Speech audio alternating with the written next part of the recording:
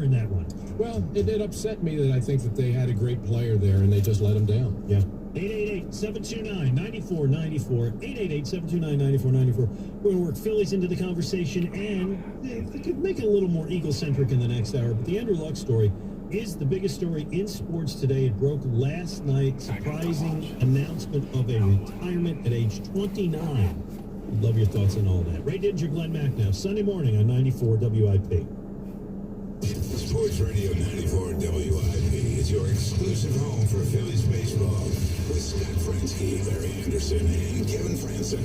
Today, Phillies, Marlins. That ball is going to go way back and gone. Leading off starts at noon. Brought to you by Acme, your favorite local supermarket from city to shore. The first pitch is at 1:10. And then wrap up the game with the final out. Brought to you by St. Christopher's Hospital for Children. We care. The Phillies play here. Sports Radio 94 WIP. Hi, I'm Dave Barlow, and this baseball season, the Barlow boys are stepping up to the plate. Right, Ed? That's right, Dave. The Barlow boys are going to bat for you. That means we're passing on huge savings on all vehicles in stock, and we're dedicated to making sure you get the right deal. When it comes to great vehicles, honest pricing, and outstanding customer service, we're batting 1,000. Visit us today and start this season off with a home run. Find new roads at barlowchevrolet.com. It's the Labor Day sale at Mattress Firm. Get a king mattress for the price of a queen and a queen for the price of a twin. For savings of up to $600. Take home your new Beauty Rest Queen mattress for the twin price of just $499. Plus a free adjustable base. Visit mattressfirm.com or a store near you to find your perfect bed. Hurry in for the best deal of the season at Mattress Firm. Offer valid with qualifying purchase. Restrictions apply. Valid at participating locations only. For offer details, visit mattressfirm.com/sale. Washington, D.C., so corrupt they call it the swamp. One special interest, the Associated Builders and Contractors. The so-called ABC is working behind closed doors to get the Department of Labor to break one of President Trump's biggest promises. The ABC plan would take good-paying jobs away from highly trained American construction workers and military veterans, lower workers' wages, and remove safety protections, putting thousands of lives at risk. Under the ABC plan, the special interests win again, and millions of great Americans could lose their jobs, their pay, and the American dream. Don't be fooled. Do not let the swamp win. Call 202-456-1414. Tell President Trump that you're against the ABC's crooked plan that would kill jobs and opportunities for millions of great Americans and make construction jobs less safe. Paid for by millions of great Americans. Experience luxury this August at BMW of Atlantic City. Shop hundreds of your favorite new pre-owned and certified pre-owned BMWs, including the newly redesigned 3 Series with more horsepower and torque than ever before. Shop the new 2020 models in stock today at BMW of Atlantic City, just off the AC Expressway, and online at BMWAtlanticCity.com. For a dealership experience you'll always remember, head to BMW of Atlantic City, closer than you think. Find exceptional offers through BMW Financial Services. It all starts with just one thing. August is a great month to recycle. From paper, bottles, and cans to recycling old clothes by donating them to charity and recycling electronics at e-waste facilities. Find tips and more at onethingus.com. What's your one thing?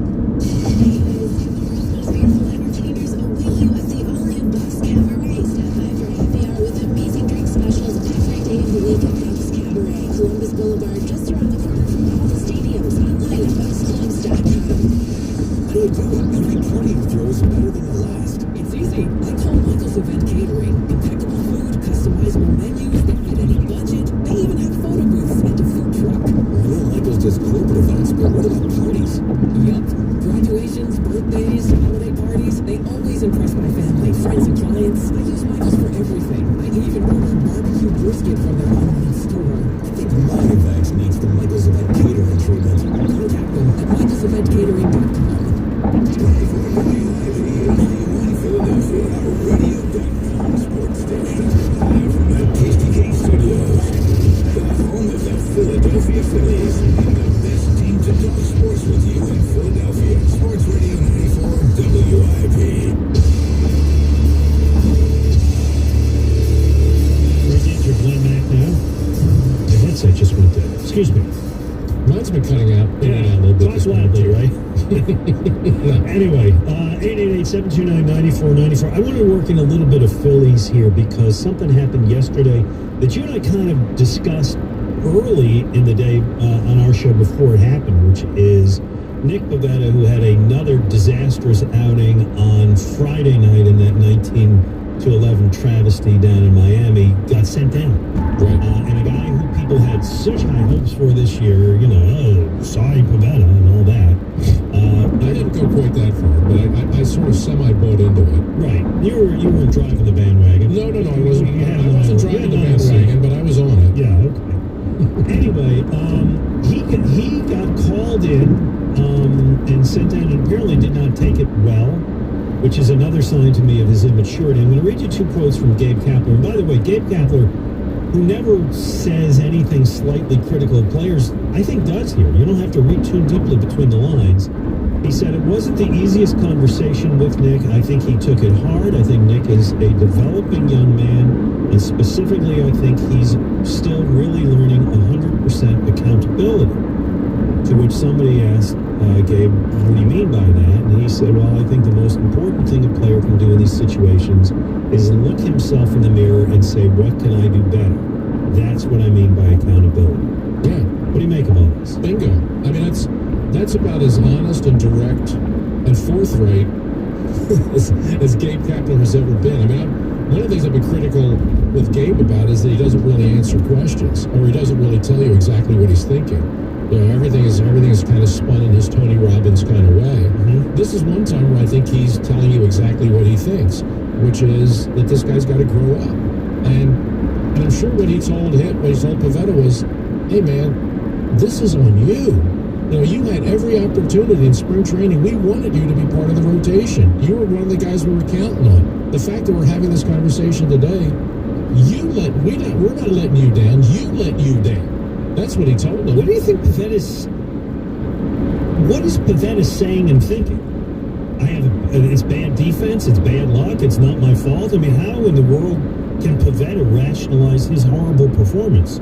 It's pretty easy to see what's what. Yeah, and it's not like he can say that he's got a lousy record because of poor run support. Yeah. I mean, it's on him. I mean, he starts games, he can't get you out of the fourth inning. Then they move him to the bullpen, and he can't perform there. I'm sure, you just watch his body language on the mound, and you see if he's pitching badly, it's not his fault. Somebody didn't make a play behind him. The umpire's squeezing him. Oh, that pitch was a strike. You won't give it to me. I mean, he's one of these guys, and I've seen a million of them. It's never their fault. Whatever else happens, it's never their fault. It's always somebody else's fault. The manager didn't use him right. The organization didn't believe in him. The umpires squeezing the strike zone. Guys aren't rallying. He was taken into custody. The mother and child, fortunately, were not hurt. It's 11:08. Time for Pivetta. Sports sponsored by SEPTA. The SEPTA app gives you the power to track your train or bus from the palm of your hand. Learn more at iseptaphilly.com/app. Here's Sue Schilling. And the Eagles will get back on the practice field as they get set for their final preseason game. Eagles head coach Doug Peterson will speak this hour, and for the latest, we go over the news and banking. That's right, so we'll hear from Doug Peterson today here at 11:30 as he talks about the upcoming preseason game. Now, this fourth preseason game traditionally means the regulars will rest. We've seen a lot of that anyway over the first 3 weeks, but even the likes of Jason Peters and some of the offensive linemen and Jordan Howard, some of the starting running backs, Alshon Jeffrey, some of them saw action on week 3. They will likely not play in this fourth game against the Jets. Now, Peterson will also be asked probably about his quarterback rotation. Obviously, Carson Wentz will not be playing on Thursday. They still have 3 other quarterbacks on the roster, and that could stay that way up through Thursday. It's a light workout today, but the practices are expected to be a little more intense the next 2 days. Even though, Sue, the regulars will rest on Thursday, they will not be resting later this week as they continue to get ready for the regular season. And big news out of the NFL last night, Andrew Luck announced his retirement. The Phillies and Marlins will wrap up their series in Miami this afternoon. First pitch at 1:10. You can hear the game on 94 WIP. Aaron Nola makes the start for the Phillies. From Sports Radio 94 WIP, I'm Sue Schilling on KYW News Radio. It's 11:09. Hi, I'm Dr. Mark Toglia, a urogynecologist at Mainline Health. 25% of women in the United States suffer from pelvic floor disorders such as incontinence, prolapse, or urinary urgency. While these conditions become more common as women get older, they are not a normal part of aging. At Mainline Health, we offer many treatment options that can significantly improve quality of life. If you're suffering with symptoms of female pelvic floor disorders, don't hesitate to learn more about your treatment options. Visit mainlinehealth.org/urogynecology. The Philly Pops 2019-20 season features popular music's most award-winning artists. It's Tops of the Pops, from Hollywood to Broadway with detours to Detroit, Vegas, and London. The new season features the Pops playing the songs of John Williams, Danny Elfman, Marvin Hamlish, Aretha Franklin, Stephen Sondheim, Phil Collins, Frank Sinatra, even a tribute to the 50th anniversary of Abbey Road. An exceptional body of music from artists that have won 76 Grammys, 9 Tonys, and 15 Academy Awards. Subscribe now to the new Philly Pop season at phillypops.org. This Cyber Charter School Mythbuster is a message from 21st Century Cyber Charter School. Cyber Charter School myth number 1. My child can be denied enrollment at a cyber charter school. False.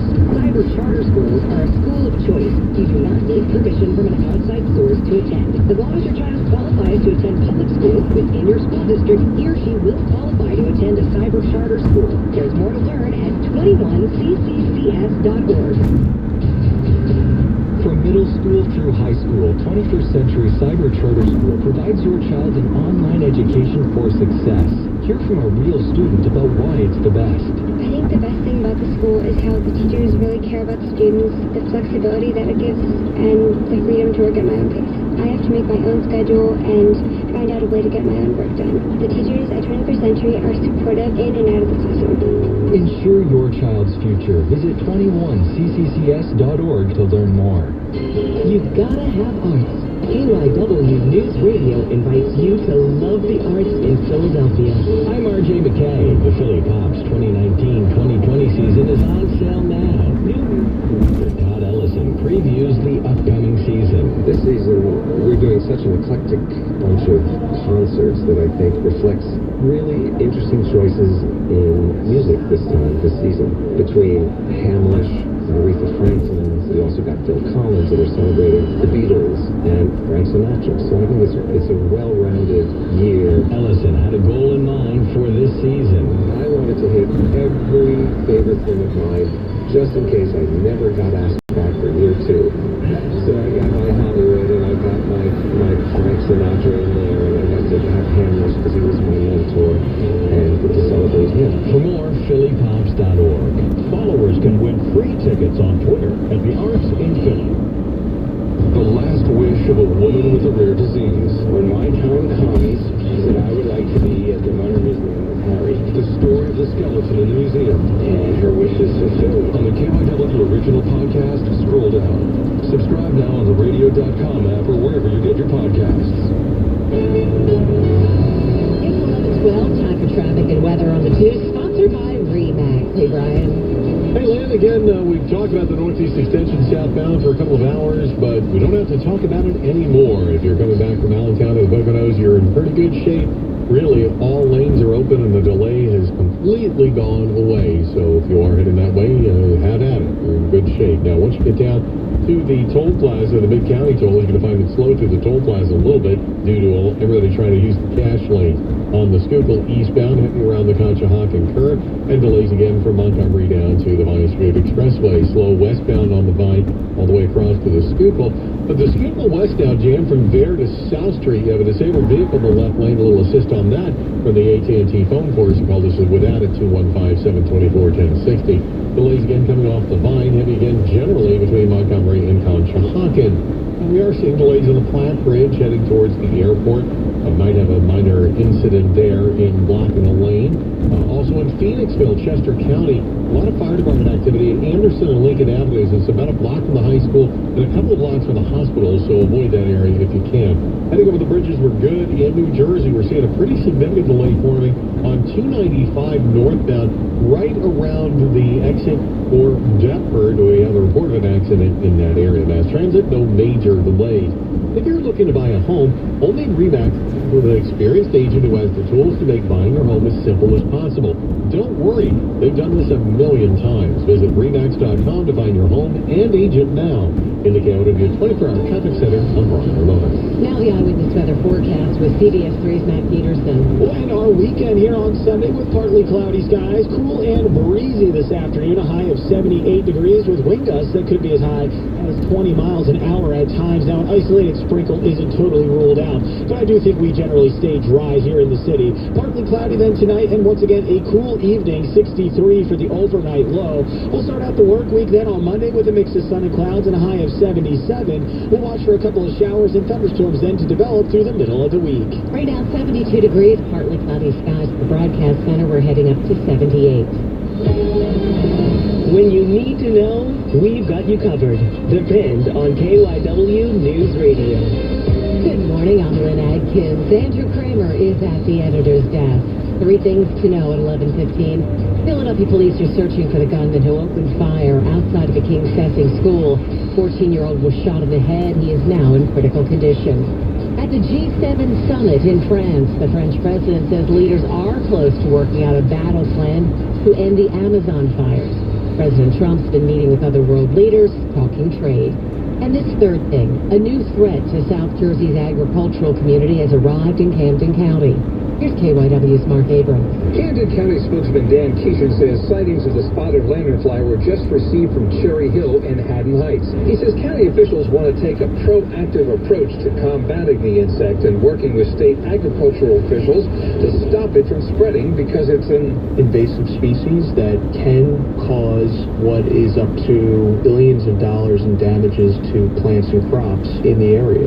Keeshan says the bugs feast on grapes, fruit trees, and hardwood and ornamental trees. Right now, he says county officials are looking for the public's help in alerting them to the location of the spotted lanternfly.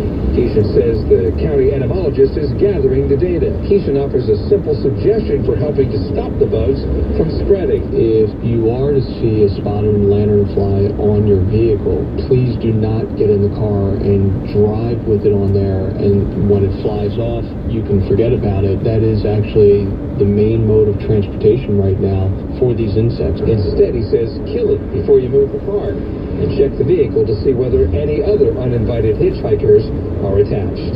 Mark Abrams, KYW News Radio. This is Black Breastfeeding Week, and KYW's Hadas Kuznets attended a meeting in West Philadelphia to learn more about what this week means to the moms. Davina Coleman is a licensed social worker and international board-certified lactation consultant. She is also one of the facilitators of the twice-monthly Bay Cafe breastfeeding group at the Blackwell Free Library. She says Black Breastfeeding Week is an incredibly important time to focus on visibility and education. Black Breastfeeding Week aims to uplift Black breastfeeding, right? So they get there, but I mean, they've been so inconsistent. I'm just sort of taking it day by day. It's tough to invest that emotion, right? That you get caught in. Yes, we want them to be that. It'll be great, but I can't live and die in every moment because I have this sinking feeling how it's going to be. Well, you better win today. I mean, you're playing the Marlins and you're pitching Nolan. I mean, this is a game. If you really are going to make the playoffs, this is one game that you can put in the W's. I would assume. Who can say that? All right, Ray. Coming up, here's the question I have for you. Name the one person with the Eagles who's got to have a good year, better than last year, for this team to do well. Because I got mine in. Okay. All right. 888-729-9494. He's Ray Dinger. I'm Glenn Mack now. Sunday on 94 WIP.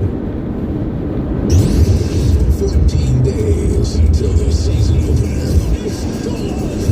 This is your home of the Philadelphia Eagles. Sports Radio 94 WIP. An unreliable network can cost you money. That's why you need Comcast Business. Our gig speed network is fast, and we go beyond fast with the complete reliability of 4G LTE backup, which means that even if something like construction knocks out the power, you can still upload that presentation and not take a hit to your company's bottom line. For a limited time, switch to Comcast Business and get an amazing deal on fast, reliable internet. Get 75 megabit internet for $59.95 per month for 2 years when you add one voice mobility line.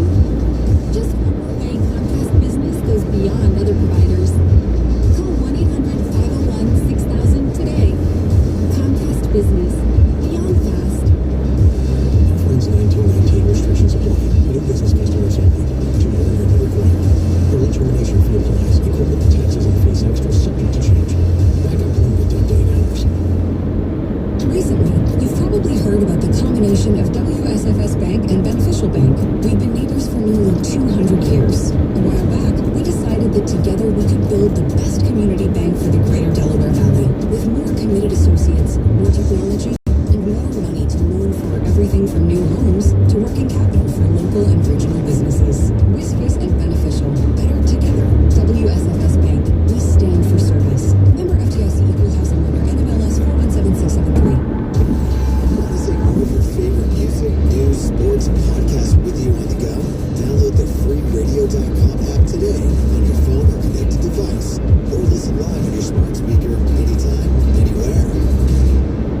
Stay connected during the biggest moments of every game with Xfinity Internet, delivering reliably fast speeds even during peak hours when everyone's online. Learn more at Xfinity.com. Non-attorney paid spokesperson. Could your house go into foreclosure? Are you behind on your mortgage payments? Does it seem like the bank has no interest in helping you save your home? And you feel like you have nowhere to turn for help? Then we have good news for you. Foreclosure Protection Services can help save your home as they specialize in foreclosure assistance.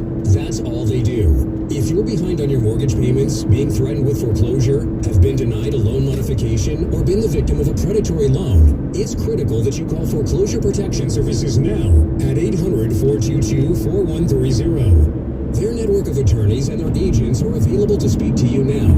If you're behind on your mortgage payments, Foreclosure Protection Services can help stop the foreclosure process. Call today before it's too late. New laws are in effect that may save your home.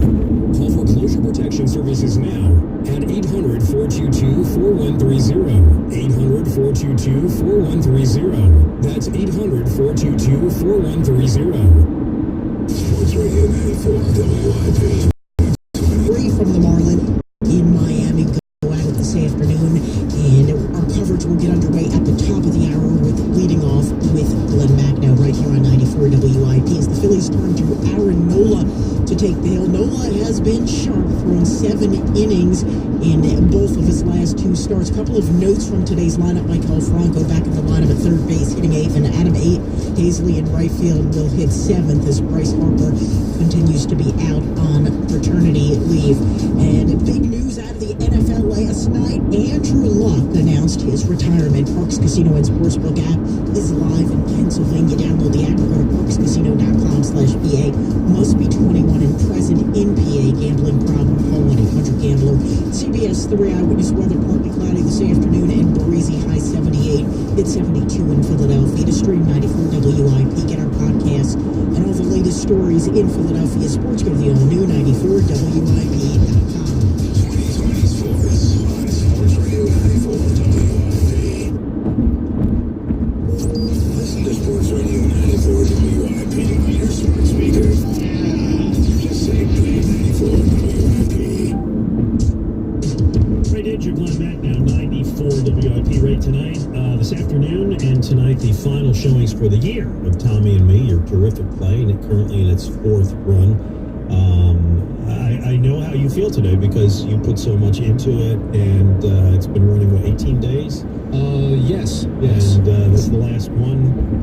This is the last day. Yeah, wistful there, big boy? Very wistful. Yeah, we have a performance at 3 o'clock, and then we have the final performance at 7 o'clock, which you will be attending and hosting the post-show Q&A, which you've been kind enough to do each of the 4 years. I'm coming just for the tears, baby. Oh boy, there'll be some, yeah. for sure. I mean, every time we finish the run, we always have a party afterwards, and it's a very emotional time. And you put so much great work into what became a great product, and the people you work with, the cast, the director, everybody involved.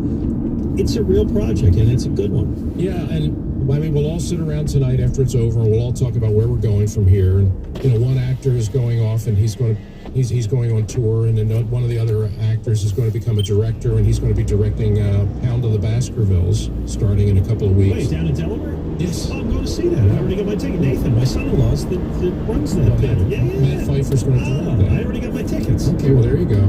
So each of these guys, we're all kind of going in our separate ways after this. We've been together basically pretty much every day now for the last 6 weeks with rehearsal and the performances. And now tonight it ends. And we're all going to go in our different directions. And I guarantee you there are going to be some tears shed because this has been a particularly emotional year for Tommy and me. because Tommy passed away. I mean, Tommy died in September. And we all went to the services, and we all spent time with Tommy's family, and we've all kind of become one big family. And when we were doing rehearsals before the play opened, there was a real poignance, even to the rehearsals, and actors were getting choked up in rehearsal. And I think we all kind of sat down the night before we opened, and we all kind of said, you know what, this year's run, this is really for Tommy. You know, we're going to be performing this play this year to honor his memory. And the guys have talked about that before every performance. I think it's one of the reasons why the performances have been so astonishingly good this year. And you'll see it tonight when you come. Yeah. They have been really good. And I think when it ends tonight, the final curtain call, I think it's going to be very tearful. I know it will be on my part. Yeah, good. Part of the fun for me tonight is I'm bringing my 15-year-old nephew who's never seen it. I think he's gonna really like it. So I do think if folks are still interested, go online, theaterexile.org, and see if there are any seats left. There may be. We have a 3 o'clock show, and we have a 7 o'clock show, or maybe you can come to the theater and just go to the box office and see if there are any tickets still available. There may be. This may be the final day of Tommy. I don't know. We don't know what the future holds. I don't know. I'd like to think so. We don't know that. Stop. I know. All right, let me get Carl here. You're on 94 WIP. Hey, Carl. Hey, how's it going, guys? We're good. Hey, just want to chime in on the Phillies. Obviously, they're just not going to make the playoffs this year, so I'll just talk about next year. Well, wait, hold on a second. If you asked me to bet money on it, I would not bet money on it, but obviously, you're a game and a half out.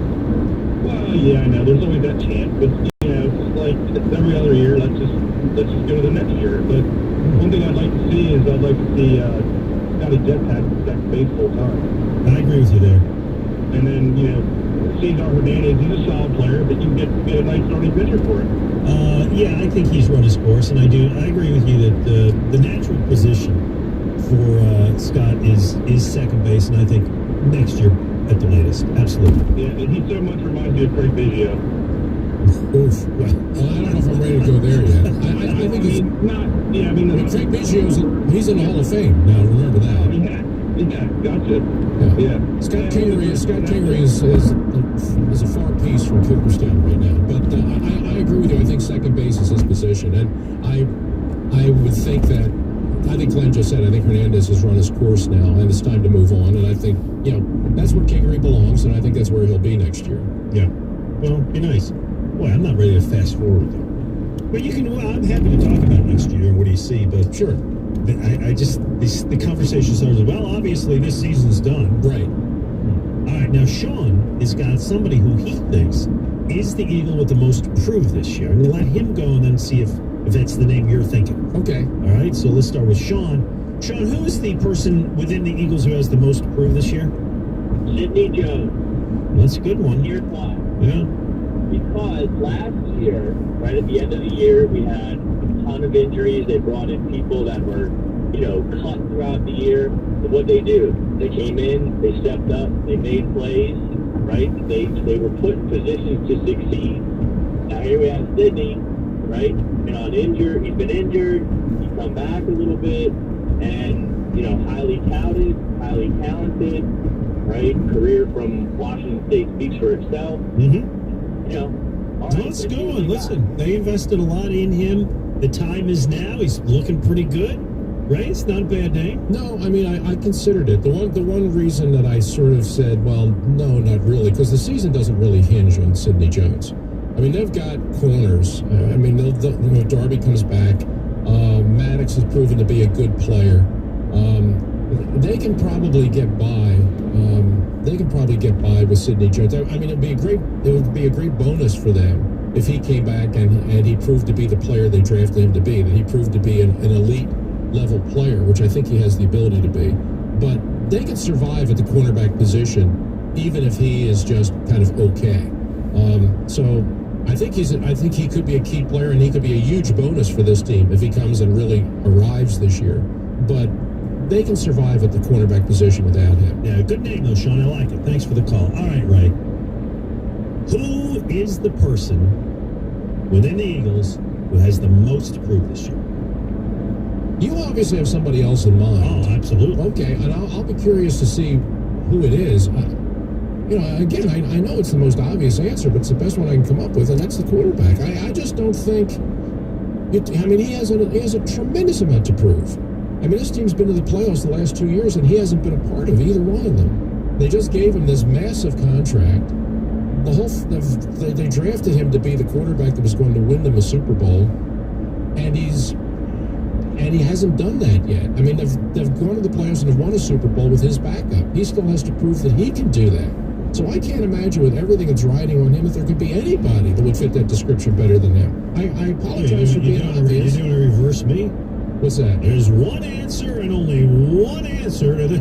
Well, I didn't intend to do that, but I guess that's kind of what it amounts to. So I'm going to say Carson Wentz. Now you tell me who you're thinking. You couldn't be more wrong. Okay, well, I mean, you could be a lot more wrong, but that's not who I have in mind. And if I wrote a Metro column saying Carson Wentz is the Eagle the most approved, that's a whole hum. I understand that. All right, so here you go.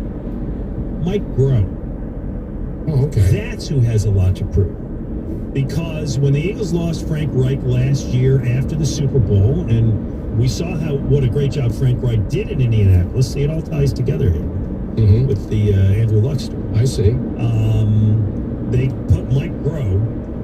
I always call him Micro, but it's Mikegroh. They put Mike Groh as the offensive coordinator, and to be honest, he did not have a great freshman year running that offense. Their offense really declined. Now, there are a lot of reasons for that, and yes, Wentz was hurt, and yeah, they didn't have the running game they had from the year before, and there's a lot of factors that go into it. But I think their offense really fell. In fact, it fell points per game from 28.6 in 2017 to 22.9 in 2018. Some of that's got to fall on him. Now, he comes back this year for his second year. He's got Miles Sanders there. He's got Jordan Howard there. We presume he's got a healthy Carson Wentz there. They add a second-round wide receiver in J.C. Arcega-Whiteside. I feel like they bring back Deshaun Jackson.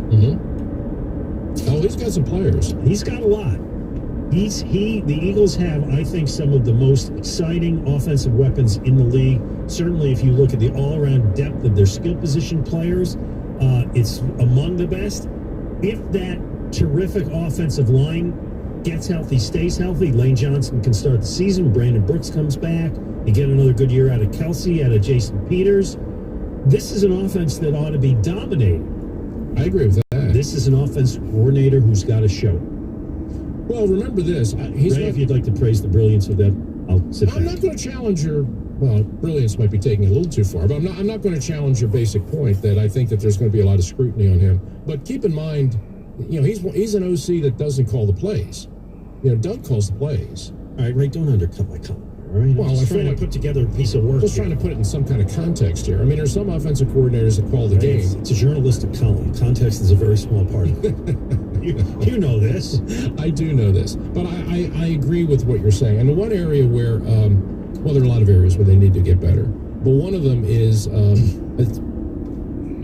years ago when they went to the Super Bowl and won the Super Bowl, they were the best third down offense in football. And they were the best red zone offense in football. When they got Carson Wentz's third down numbers were ridiculous that year. I mean, they were ridiculous. He would have third and 11, and he would convert it like it was nothing. And that was for the entire season up until the time he got hurt.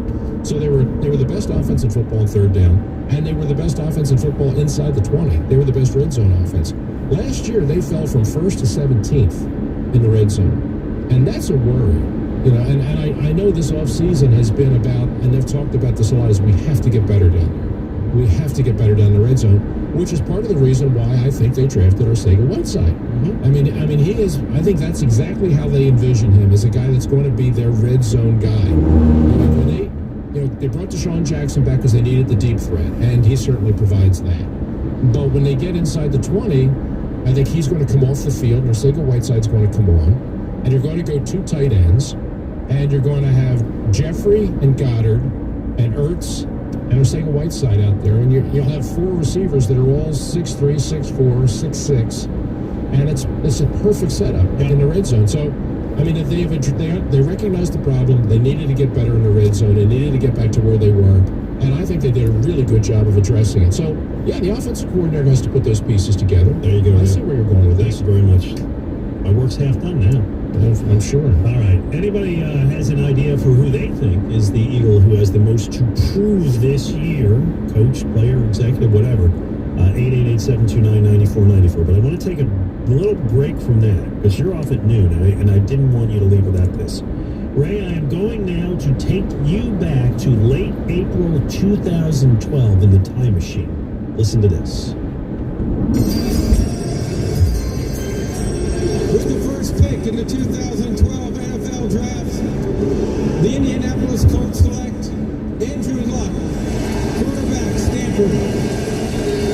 There he goes. He's got to hang up with his boss and hug his mom. All right, I don't need to hear that jackwagon at the end. But, so here's the thing. You know my feelings on that guy. You've expressed them often and well, I think. Well, we had a big blowout on the air one time. And it was totally, you were totally right, by the way. Absolutely. Okay, so here's the thing. Andrew Luck retires last night. It's a 7-year career in the NFL. And unfortunately for him, I mean, he goes away with some really good numbers by the analytics and so on. Absolutely. But it was going to be a Hall of Fame career. It was going to be a Super Bowl career. It never was that. It's a shame. He has to retire early because of pain. I went back and looked at that draft this morning. Mm-hmm. Andrew Luck, first pick of the draft. Second pick of the draft. RG3, right? Yeah. Who came in last week with Baltimore. Did he even get on the field? I don't think he even got on the field. No. Right. I don't know if and when he's going to play again. He had that great rookie year. He was rookie of the year. People don't remember that. Because Luck had a great rookie year, but rookie of the year went to RG3. Right. Shanahan basically ran him into a shredder and played him injured in the playoffs, and he's never really been heard from since. No. 8th pick of that draft? Mm-hmm. Ryan Tannehill. Okay. Now the backup in Tennessee. We saw him come in during the preseason. Right? Went to Miami in the first round. He was going to be all that. That never worked out. 22nd pick of the 2012 draft, Brandon Whedon. What's he doing today? His name was coming up on the list of all the available quarterbacks. Is that right? Oh, yeah. When everybody was posing this list after Sudfeld got hurt, okay, who could the Eagles go sign? I assume he's getting his real estate license somewhere. Oh, he's probably on Social Security. He was an old man when they drafted him. Remember, that was one of the things. He was almost 30 years old. He was almost 30 years old when they drafted him. Okay, and the next quarterback after that in the second round, who I believe is also on those always available lists, Brock Osweiler. Yes. Well, he's on it right now. Right. He's out of the league. Yeah. So that was the first 5 quarterbacks taken. Can I tell you number 6, 7, and 8? Go right ahead. Number 6, and the Eagles wanted to get him and did. Russell Wilson. Yeah. He's won a Super Bowl. Mm-hmm. He's a great player. Would you call him one of the top 5 quarterbacks in the league right now? Yeah, I would. Okay. He went after all those schmagaggies. Right. He was picked number 75. They say he was too small. Yeah, right. Sure. And a little bit overage because he had played baseball. Seems to be hurting. Doesn't seem to be holding him back any. 13 picks after Russell Wilson. Say it, Ray. What? Oh, that's right. That was Nick's draft. Yeah. Won a Super Bowl. I recall that. Yes. I'm sure you did. Made a good amount of money himself. Has had some, on and off. But hey, he goes number 88. Ryan Tannehill goes number 8. Brandon Whedon goes number 22. Yeah. Well, that was the Browns. The Browns. All right. The Browns are at the. You look at the list of quarterbacks that the Browns have drafted, and most have been the first round, and they've all been terrible. All right. Well, maybe that's a curve. I think they got it right with Mayfield. He's a good player. A little nuts, but he's a good player. Yeah, fun though. I do like fun. Yeah, I mean he's nutty in a fun way. One more name I want to throw in there. Mm-hmm. 4th round, pick 102, Kirk Cousins. Who's probably, by the way, made more money than any of these guys. Yeah, I know. He just keeps getting huge contracts. Yeah. So, Ray, what does it say about the scouting that goes into the billions of dollars that goes into scouting around the NFL? And I understand Luck is injury, you can't foresee it. RG3 was injury. You could foresee it just because of the way they were playing him. He was going to get broken. But Tannehill, Whedon, and Osweiler go before Russell Wilson, Nick Foles, and Kirk Cousins. Yeah. And a lot before. Yeah. It just goes to prove something that we've already known for a long time, is that the scouting in the NFL is very inexact science, and guys get wrong a lot, and they seem to get it wrong at a higher percentage than the quarterback position. It's just it's a very hard position to evaluate and project the guy to the next level. It really is. Now, you can't say they got it wrong with Andrew Luck, because he was a great player. He was a great player. The organization just didn't do a good enough job putting good players around him. RG3 is a guy that I think there were at least I had some concerns about him, just because of the kind of game that he played, the way he ran, and the way the running part of the game was a big part of his success. Luck was your classic prototype, play it from the pocket, throw the ball on time. He could run when he had to, but he was a guy who's going to play the game from the pocket, which is one of the reasons why you could look at him and say, man, this guy's going to play a long time. Mm-hmm. This guy's going to play well into his 30s. He's going to have a long career, and he's going to be a Hall of Famer. I certainly thought he was. RG3 was a guy that played in that kind of weird offense down at Baylor, total spread formation. A big part of the game for him was running, putting himself at risk. He was not a very big guy to begin with. I mean, I thought that there was a really good chance that he was going to get hurt early, and he did.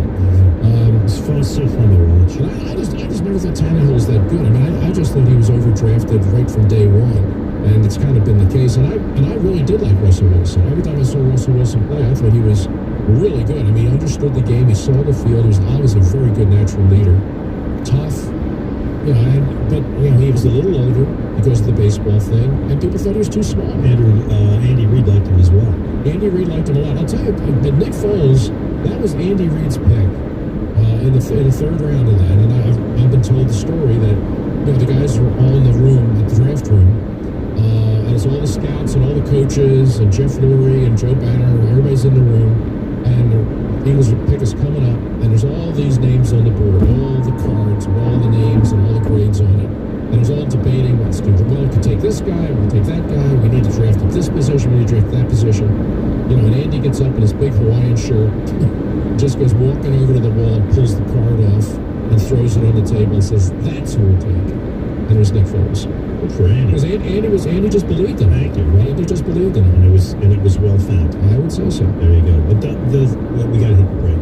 But when we come back, I want to talk about how this kind of relates to where we are with Wentz right now, which could go one way or the other. Take your calls to 888-729-9494. He's Ray Dinger. I'm Glenn Mack. Now, Philly's coming up 110. Phillies Marlins, Aaron Nola on the mound. Ray is guaranteed a victory right here on 94 WI. Sports Radio 94 WIP 2020 Sports. Brought to you by Mercedes-Benz of Fort Washington, Westchester, and Atlantic City. I'm Sue Schilling. The Phillies and Marlins are set to wrap up their three-game series in Miami this afternoon after a dreadful loss Friday, a bounce-back win yesterday, and today the Phillies will turn to Aaron Nola to try to take 2 out of 3 from the Marlins. Now, Bryce Harper still out on paternity leave, so Adam Hazley will get the nod in right field today. And big news out of the NFL last night. Andrew Luck announced his retirement. Get a new 2019 Mercedes-Benz for only $329 a month for 36 months. Visit yourmercedes.com. CBS 3 eyewitness weather.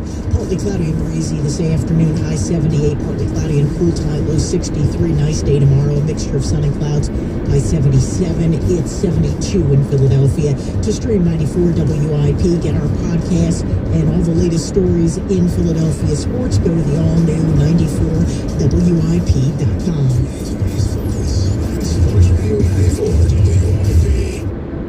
Join Chef Robert Irvine at 94 WIP for the 2019 Bite for the Fight Food Festival to benefit the Fight on the Kenna Foundation, September 7th in Phoenixville. Try some of the best food from top local restaurants, craft breweries, and wineries, and meet Swoop and the Birds cheerleaders while raising money for families who are fighting pediatric cancer in memory of one of Philadelphia's greatest fighters, McKenna Ann Massey. For tickets and sponsorship information, go to biteforthefight.com.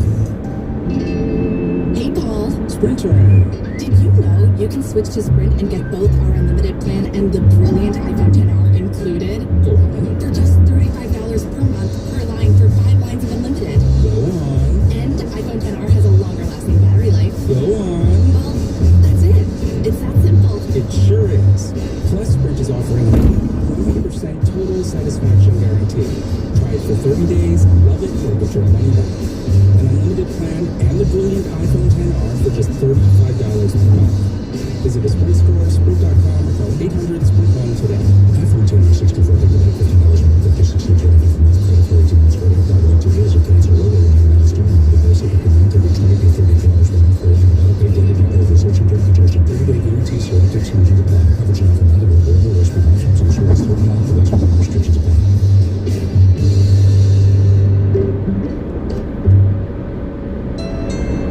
It's that blissful time of year yet again. A time for uncontainable elation everywhere you look. And I'm not just talking about summertime. I mean time for the Honda Summer Spectacular, where non-qualified buyers can get 1.9% APR on select 2019 Honda Accord models. Named America's best midsize sedan by Car and Driver. Hurry into your local Honda dealer. Hurry to your local Delaware Valley Honda dealer for great deals on all models. See dealer for financing details. Exclude time models. Car Driver January 2019. Allied and 94 WLP have you covered this season with the best Eagles events. It's your chance to meet current Eagles players and win tickets to Eagles games. Join Sports Radio 94 WLP Friday night, September 6th at America's #1 rated sports bar, Chickies and Pete's in South Philly for the Bud Light Eagles Pep Rally. Meet current Eagles players, step their bags, salute the Eagles cheerleaders, and win tickets to the home opener against Washington Friday night, September 6th, live from Chickies and Pete's in South Philly with 94 WLP. Washington, D.C., so corrupt they call it the swamp. One special interest, the Associated Builders and Contractors. The so-called ABC is working behind closed doors to get the Department of Labor to break one of President Trump's biggest promises. The ABC plan would take good-paying jobs away from highly trained American construction workers and make us safe, paid for by millions of great Americans. Don't miss the Temple football home opener when the Owls battle Bucknell Saturday, August 31st at 3 p.m. at Lincoln Financial Field. Kids tickets on game day are only $10. Visit owlstips.com. You're a small business owner, and there's nothing small about what you do. That's why Dell Small Business Technology Advisors give you trusted advice, one-on-one partnership, and tailored tech solutions, like computers with Intel Core processors, servers, storage, networking, plus thousands of category electronics, accessories, and software. No matter your technology needs, Dell is here to help your small business do big things. Call 877-BUY-DELL to speak with an advisor today. That's 877-BUY-DELL. At Westin Hotels and Resorts, our entire reason for being is your well-being, which is why our wellness offerings are curated with one thing in mind: you. An Eat Well menu crafted with fresh ingredients, an on-demand fitness gear renting program that allows you to pack light and stay fit, and our heavenly bed that helps you conquer the day by keeping you at rest for the night. All of it just for you, so you can rise. Explore at Westin.com, a member of Marriott Bonvoy. Philadelphia sports isn't just for Philly. Now again with Lessons to Sports Radio 94 WIP.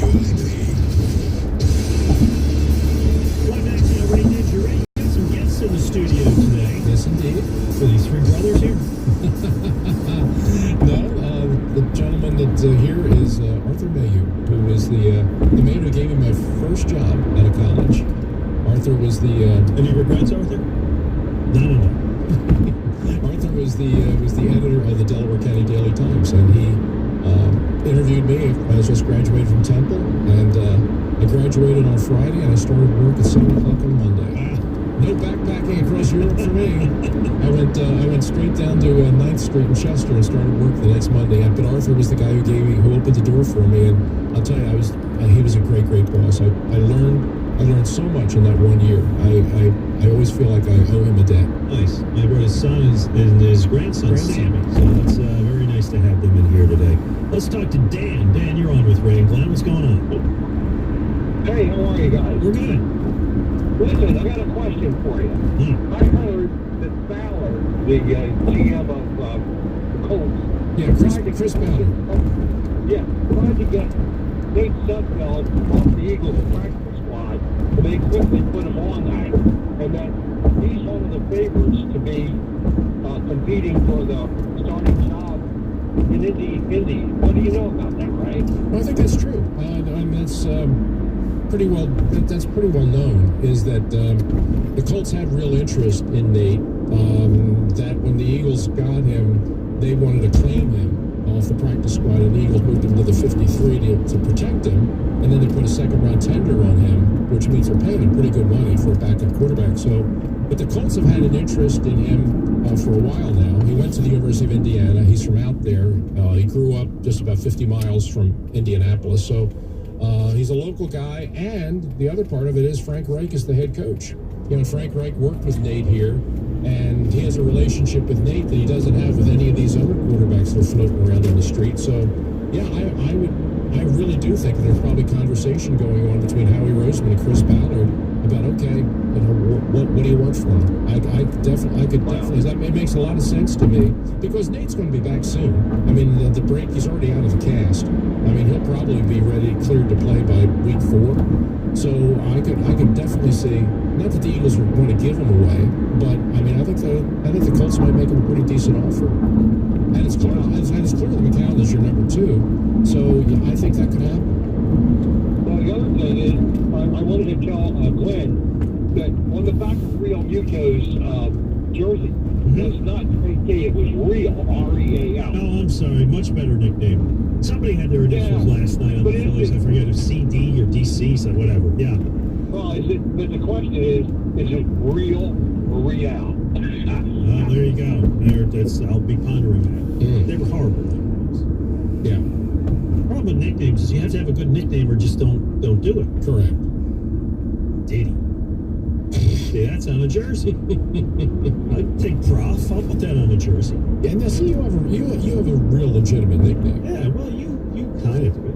Yeah, well, the Ray Diddy thing has kind of taken on a life of its own. Yeah, you've always rolled your eyes at that, huh? Well, it's not exactly. It doesn't exactly suit me, would you say? But that's why it works so well.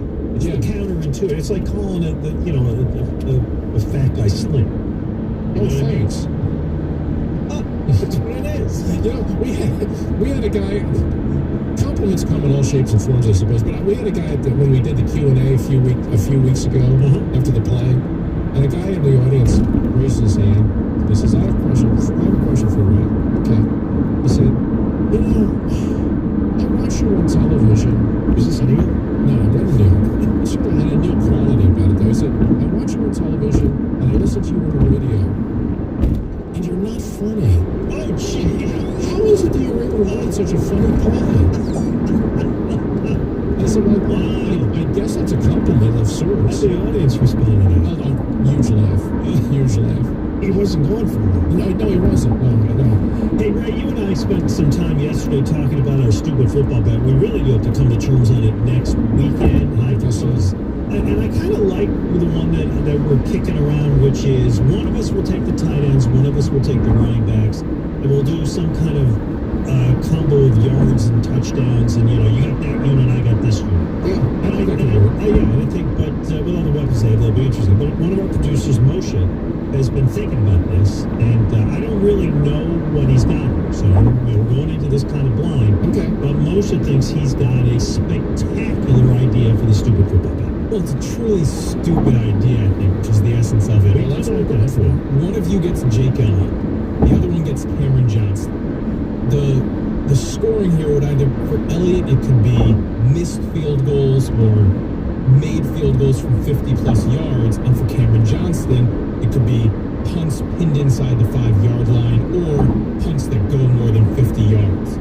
So something along those lines, because you never work in kickers. They're not, and punters especially. Well, Glenn actually likes special teams bets. We've made 2 kicker-punter bets over the years. We once did how many long punts by, what's his name, the Aussie? Savraka. No, Savraka. That Aussie. And then we did how many 50-plus yard field goals by the Chicago Bears' favorite kicker, Cody Parker. Double joint. And we split those 2. You won one and you lost one. Split those.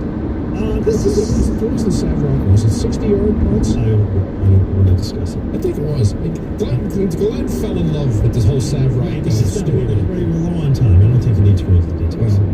Glenn made a prediction that it was 60 yards, that Sav Rocco would have 12 60-yard punts in the season. No, I guarantee it was 12.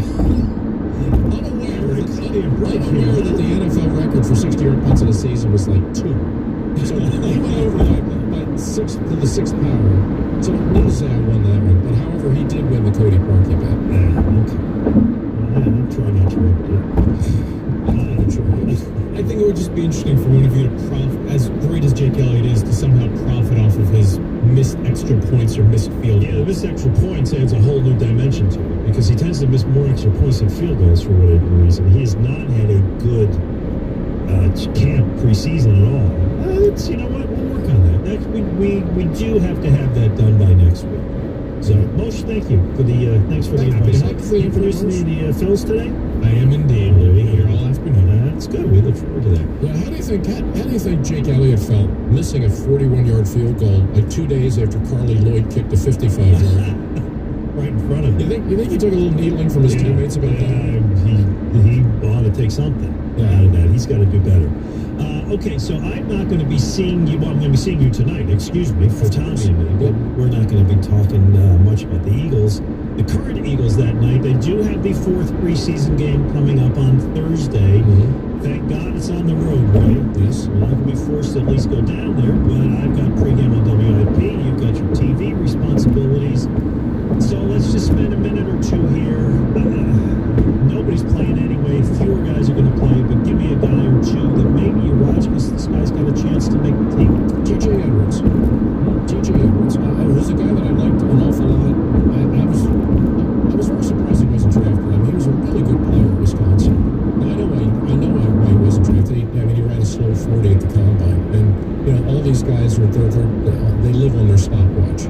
And he ran a slow 40, and all of a sudden, all the production he had in college, and the fact he was the team's leading tackler for 3 years, and he was all Big Ten and all that stuff, went out the window because he ran a slow 40.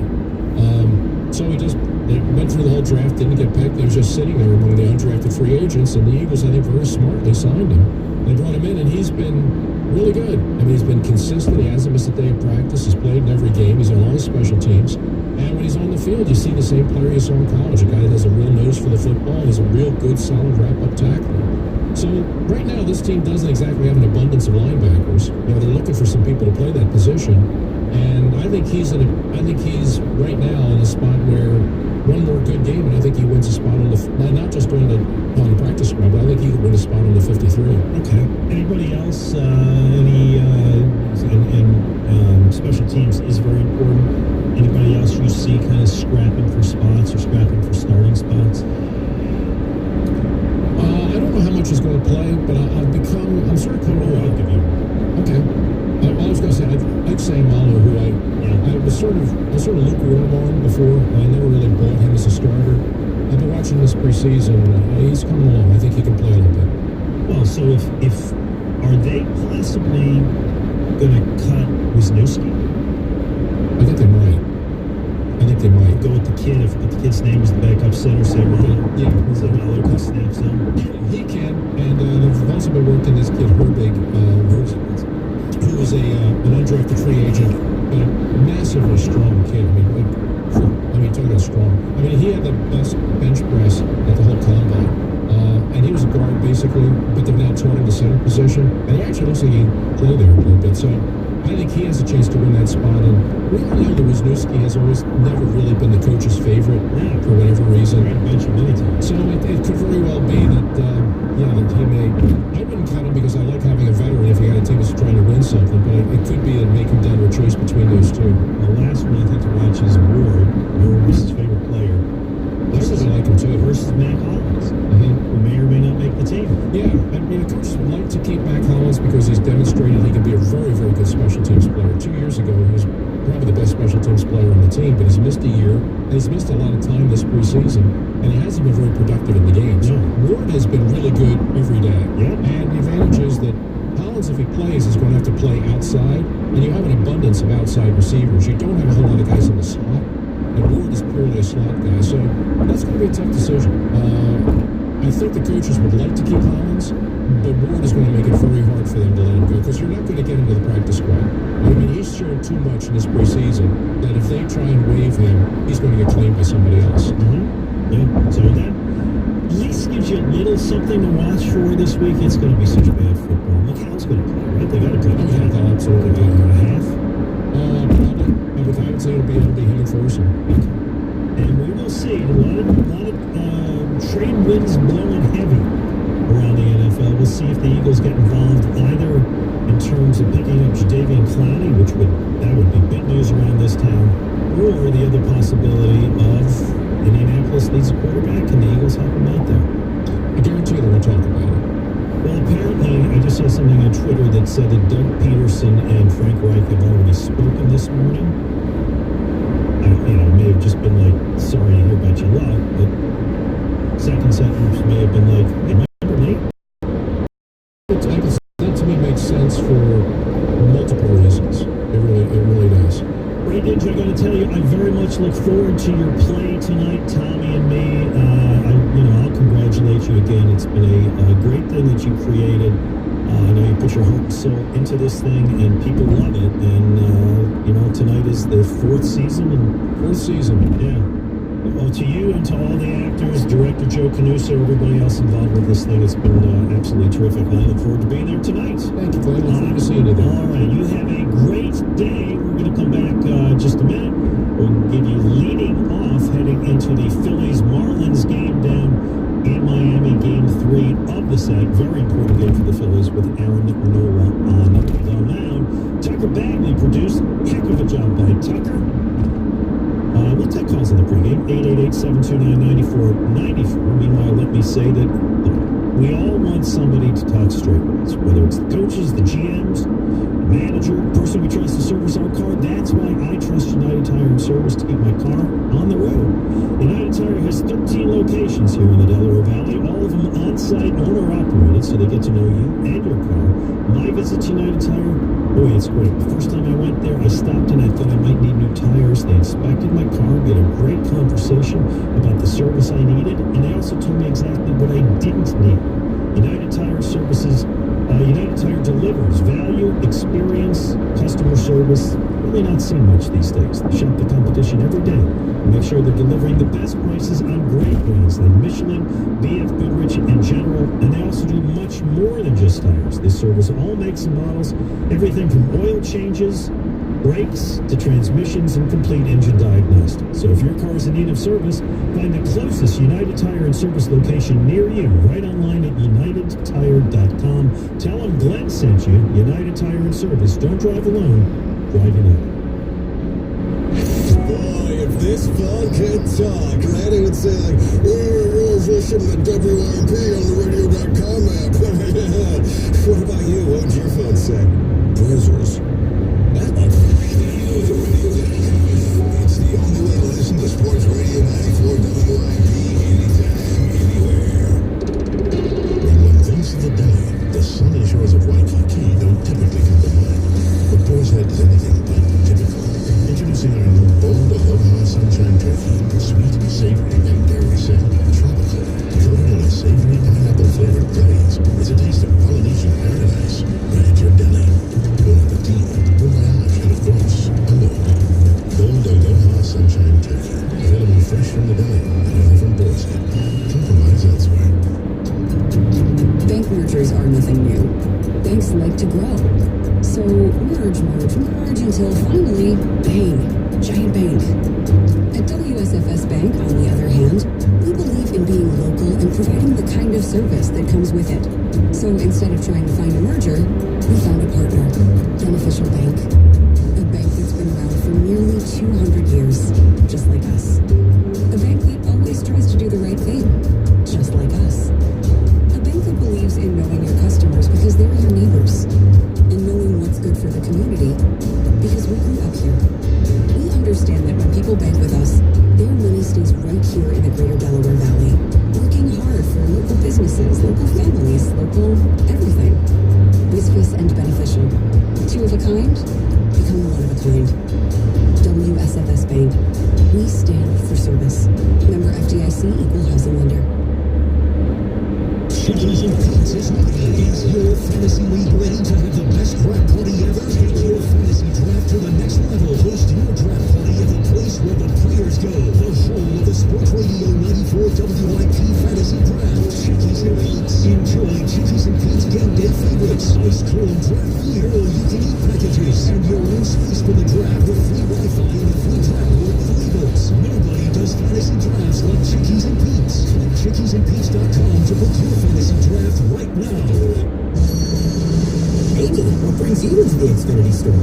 I heard a drum roll. It's the big announcement. It's the best deal of the year on Xfinity. That deserves better. Give me the sticks. We're talking huge savings. I heard that. Plus even more savings when you add Xfinity Mobile. That calls for a little... Amy? Sometimes you gotta let the sticks take the wheel, you know? Hurry in today. The Xfinity best deal of the year is September 16th. That's simple, easy, awesome. Get huge savings on Xfinity Internet, TV, and voice for only $79.99 a month for 2 years with a 2-year agreement. With a free speed upgrade for a year, and you'll get $100 back. And ask about even more savings when you add Xfinity Mobile. You could get $250 back. Don't miss it. Go to Xfinity.com, call 1-800-XFINITY, or visit an Xfinity store today. Restrictions apply. New standard triple play customers only. Equipment, taxes, and fees, including BTV and RSN fees extra, and subject to change. After 2-year agreement term and 1-year speed upgrade promo, regular rates apply. There's so much to explore at Citizens Bank Park this summer, and the new Pass and Stow should be your first stop. Located by the Third Base Plaza, you can enjoy brick oven pizzas at Foundry Pizza, delicious local craft beers at the Goose Island at the Park Bar, and so much more. Come sit back and watch the game beneath the lights in our backyard beer garden. An unbeatable experience you can only have at Pass and Stow. Order your tickets now at Phillies.com.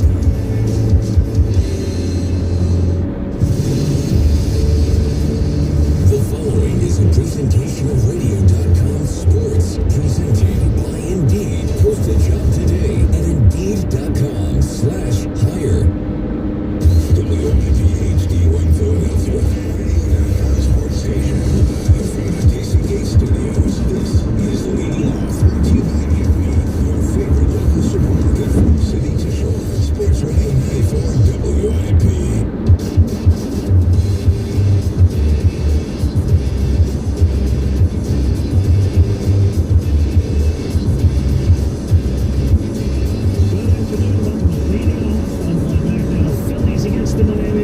Today it is a 1:10 start down in Miami, where the weather is on point because they have the retractable roof. Actually good today because they have thunderstorms down in Miami today, so that will not, of course, be a factor. Big night for the Phillies last night. Huge game for Cody Dickerson, trade deadline pickup for the Phillies, who has been paying off 4 hits, 5 RBIs for Dickerson as the Phillies put up 9 on the Marlins, and this time their 7-1 lead holds up as they win. Good game by Zach Eflin, who I've criticized a lot this year, but he gave him 6 good, solid innings, just 2 runs. I think we're all still thinking back to Friday and that debacle, but it was nice to see the Phillies recover, and if they win today behind Aaron Nola, take 2 out of 3. Given how well they played against the Red Sox, they earlier in the week swept the Cubs. Now you got Pittsburgh coming in. The Phillies are still in the hunt. They're a game and a half out of that wild card. A lot of people may not care, but I'd always rather make the playoffs than not. Excuse me, I think it would be good to see them do it. Injury update. Juan Nicasio has been added to the 10-day injured list on August 24th. Phillies bullpen is unbelievable. The number of guys they've gone through in that bullpen this year are the guys who are hurt. Nicasio didn't have a very good year for them, joins the list, and so we will not be seeing him around here anytime soon. Time for the player to count on, brought to you by Millie's Furniture, the styles you love for less. You know what? Good choice by Tucker Bagley, our producer. He says let's go with Rhys Hoskins today. He's 3 for 6 lifetime against the Marlins starter Eliezer Hernandez. Hoskins has been in a horrible slump really since June. He's now down, his batting average is down to 235. It actually was lower than that. He's picked it up a little bit over the last 7 games. He's got a nice on-base percentage of .433 over those games. Just hitting 105. He is drawing walks. He's got 101 walks with 35 games left in the season. So he gets on base. What you need out of Hoskins clearly is more power. Just 24 home runs and 71 RBIs here as we're getting close to September. I think in a year where power has taken over baseball, everybody was thinking, minimum of 100 RBIs, minimum of 40 home runs from Hoskins. That's what we expected. It doesn't look like he's going to get there on either. Of course, Bryce Harper's still out on his paternity leave. He and his wife had their first baby the other day. So, good for him. He should be back sometime this week. It is going to be, as we said, Eliezer Hernandez on the mound for the Marlins. Aaron Nola for the Phillies, who's pitched very well in recent starts. We'll talk about them more a little bit in the second segment. We're also going to have the opportunity to talk with Jim Salisbury of Comcast Sportsnet, or NBC Sports Philadelphia, who does a great job covering the Phillies. Get his take on everything that's been going on with that team. 888-729-9494. Phillies Marlins, 110 start right here on 94 WIP. Hey, Paul. Springtime. Did you know you can switch to Sprint and get both our unlimited plan and the brilliant iPhone 10R included? They're just $35 per month per line for 5 lines of unlimited. And iPhone 10R has a longer lasting battery life. Well, that's it. It's that simple. It sure is. Plus, Sprint is offering a new 100% total satisfaction guarantee. Try it for 30 days, love it, or get your money back. An unlimited plan and the brilliant iPhone 10R for just $35 a month. Visit the Sprint store, sprint.com, or 800-SPRINT1 today. iPhone 10R 64 $50 a month, up to 1624 for upgrades on 12 details. You cancel early in your next one. This is a month of the 20 for $30 per month for a pay data and benefit search and documentation. 30-day guarantee, so it takes money to buy. Coverage not for anywhere. Rules, promotions, insurance, 3 months, replacement, and restrictions apply.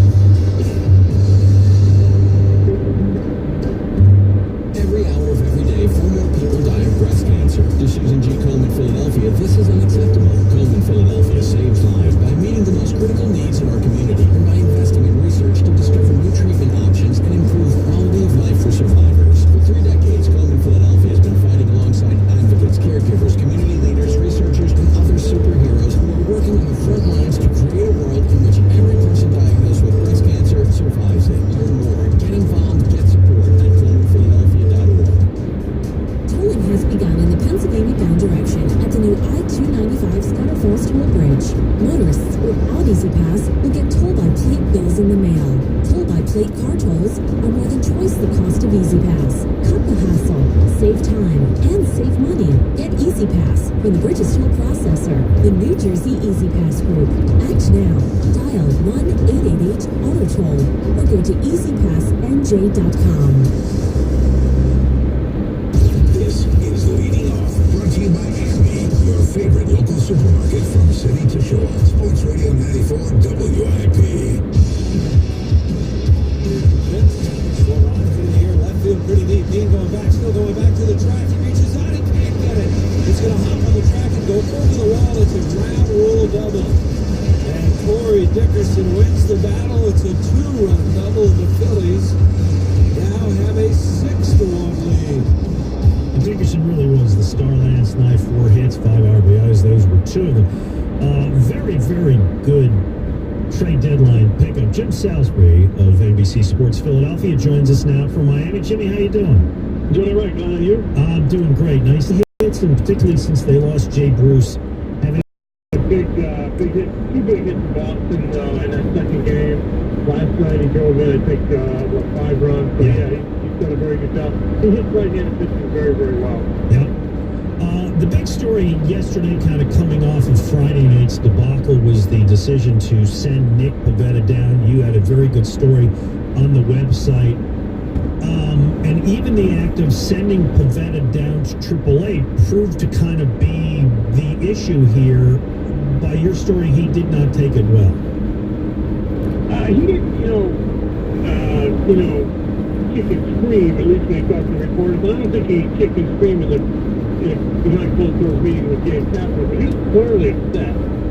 He came out of that meeting, they made this transaction with some outspoken guys who were already working on the field. I mean, they called him off the field from pregame warm-ups. He was already in a full lather. But yeah, he was clearly upset.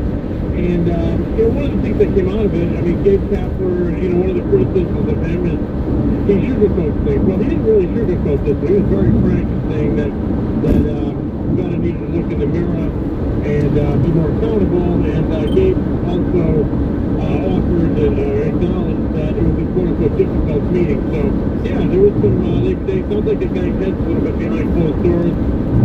When the doors open, they both handled it the right way.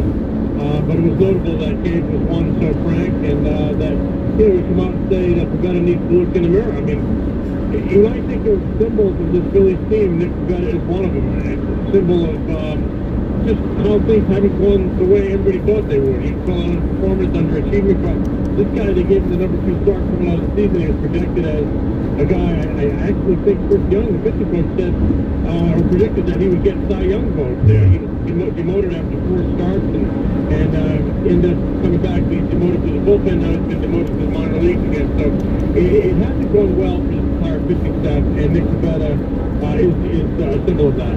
You're closer than we are, Jim. You're there. You see it. Is it an issue of maturity with him? Is it an issue of how he responds when he gets hit? Body language? What is the story? Probably a little bit of all of the above. He's got a lot of talent. I mean, he's got a great arm. But sometimes it just takes a while for these things to click with guys. Probably doesn't throw enough strikes. Doesn't command two very good pitches. Really, he's got a very good breaking ball. I mean, we started that night in Detroit when he just went through that lineup, albeit a very weak lineup. But I mean, you can see it with your eyes. It's a very good breaking ball that night. He's got a power fastball, but he doesn't command either one. Throw enough strikes, throw enough quality strikes. And he probably needs to do some maturing. It happens at different rates for guys. You just hope it does happen one day for Nick Pivetta because he is a very, very good talent. Talking to Jim Salisbury, NBC Sports Philadelphia. You can follow him on Twitter at JSalisburyNBCS. The other guy who fits kind of this conversation is Zach Eflin. Good start last night, 6 innings, 2 runs. Got the job done. But he's been so up and down and brought to the table issues that we don't often hear: heavy body, loginess, etc. Jim, I know every player is more responsible for himself than anybody else, but I wonder how much of this traces back to coaching, pitching coach on this team. Well, I mean, I think it's certainly a fair issue to raise. It's been raised after the last 2 starts. Eflin being back in the rotation. And he has openly talked about how he's going to kind of do it his way, the way that comes to the majors.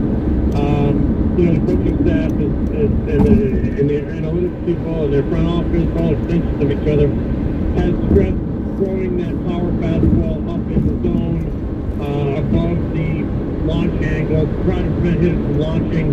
And, in fairness to them, he's had some success with that approach, especially earlier in the season. But, July was a really tough month for him. He did deal with some signs of fatigue. He ended up going to the bullpen, and when he was put back in the rotation, he decided that he's not going to feature the power of 4-seam fastball quite as much. He's going to use it, but it's going to be more complimentary, and he's going to go back to throwing what got him to the big leagues, and that is 2-seam thinking fastballs, pitch that really as a young Padres minor leaguer, he featured a lot. He relied on a lot. His pitching coach in the Padres system before the Phillies first got him was Bert Hooten. And that was Bert Hooten's pitch. And Bert Hooten was a bit of a mentor to him. And one of Zach's philosophies when he came over here was, outs over strikeouts, early contact, get those ground balls. And he's gone back to that. And last night he threw 47% sinkers, which he's never done all season. And it worked for him. So he's going to continue throwing that sinker ball. He's going to move away from the style that they have preached. He's going to become more of a, the 4-pitch pitcher that he believes he is. He's still going to throw that 4-seamer up in the zone, and he still should throw that 4-seamer up in the zone because he can throw hard. He can get it by people when he needs to strike out. But he wants to throw more of the sinker ball. He feels more confident with it, more comfortable with it. And I will tell you this. That's all well and good. He can use that, but it's going to be nice if he elevates and he misses his spot. He's going to get beat up badly with that pitch, especially against left-handed pitching. So he needs that slider to be a good pitch for him, get it in on lefties. He needs to locate. He cannot elevate that sinker, and he needs to elevate his 4-seamer when he needs to strike out. He needs sort of that total package, that total mix of pitches to be successful, but he is definitely standing up for himself and trying to do what he believes is going to work. And ultimately, you know, I think that is the way an athlete should approach it. That's the way coaching should be. Yep. The way coaching should be is you should look at a guy's strengths and say, how can I optimize your strengths and make you better? And that's kind of, they're sort of reaching that nexus now. Well, that transitions into my next and last question, which, by the way, is part of what's on the menu, brought to you by Heritage Premium Meats, family owned and operated, providing 100% ribeye burgers and 100% Angus burgers. And I see you tweeted just a little bit ago, since naming Charlie Manuel hitting coach, the Phillies have scored 63 runs in 10 games. My math tells me that's 6.3 runs per game. Before that, they averaged 4.7 per game. Jim Salisbury, coincidence or something more?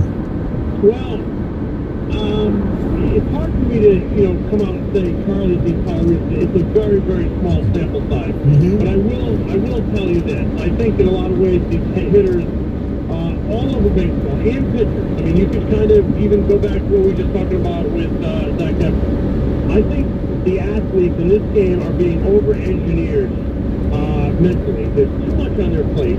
And Charlie has come in and tried to take things off their plate and say, go out there and trust your instincts. You're a good player. You're a good hitter. You get to the highest level of the game by doing things, you know, with your natural instincts, your natural ability. Go out and let it and do that. And I think they are a looser group offensively than they were earlier in the season, especially after that All-Star break when they really struggled with scoring position. So I do think he has had an impact so far, and he's going to need to continue to have an impact. They're going to need to continue to score runs. I mean, painful. They scored 11 runs the other night and didn't win that ball game. Absolutely painful. But with the state of this pitching staff, they're going to need to continue to outscore people, out-hit people, outslug people, put big amounts of totals of runs on the board. Maybe save for today because it is Aaron Nola Day. It is Aaron Nola Day, which is always a good thing. Jim Salisbury of NBC Sports Philadelphia. Love seeing you on TV, reading you on the website. Always a pleasure to have you, my friend. Thanks so much for your time. My pleasure. Have a great day. All right, there you go. That's Jim Salisbury. Good stuff by him. Always good stuff by him. And today is Aaron Nola Day. And when it's Aaron Nola Day against the Miami Marlins, you got to feel good about that. 888-729-9494. 888-729-9494. We'll come back. We'll give you the starting lineups, a couple other nuggets, and then we'll send it up to Jim Jackson for On Deck. After that, it is the Phillies against the Miami Marlins. 1:10 start right here on 94 WIP. The Summer of Performance event is on at Montgomeryville Acura, the region's pre-owned powerhouse. Their one price promise means you pay what you see, guaranteed, with select makes and models starting below $5,000. Don't miss the Summer of Performance event at Montgomeryville Acura, Route 309, online at MontgomeryvilleAcura.com, where Steve says sell 'em. Offer valid to qualified customers. Example, 2006 Nissan Sentra in 6L4 71727, 90,893 miles. Buy for $4,888. Tax and fees. See dealer for details. Ends 8/31/19. Here's Howie Long for Skechers Wide Fit Footwear. I'm 6'5", and I can tell you there are certain challenges in life that only big guys understand. Regular clothes don't fit. Heck, regular cars don't fit. But when it comes to shoes, Skechers gets it. That's why I wear Skechers Wide Fit. They've got extra room throughout, giving you room to breathe. And they've got Skechers exclusive air-cooled memory foam for comfort that lasts all day long. Find Skechers Wide Fit at a Skechers store near you or wherever stylish shoes are sold. Skechers, comfort included.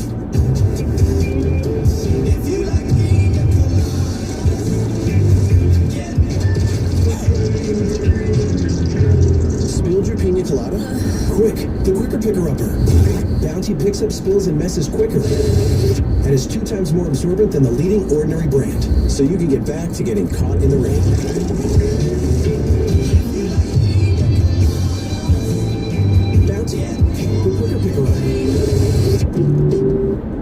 Hey, Glenn Macnow for Suburban Beer Garden in Exton, where chef-owner Eric Yost was named best chef on the main line. Conshohocken Brewing Type A and Blood Money IPAs are featured this summer and pair perfectly with their great food. That's Conshohocken Brewing Beer at the Suburban Beer Garden.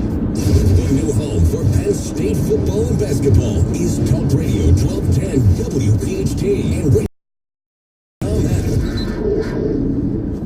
This is Leading Off, brought to you by Acme, your favorite local supermarket from city to shore. Sports Radio 94 WIP.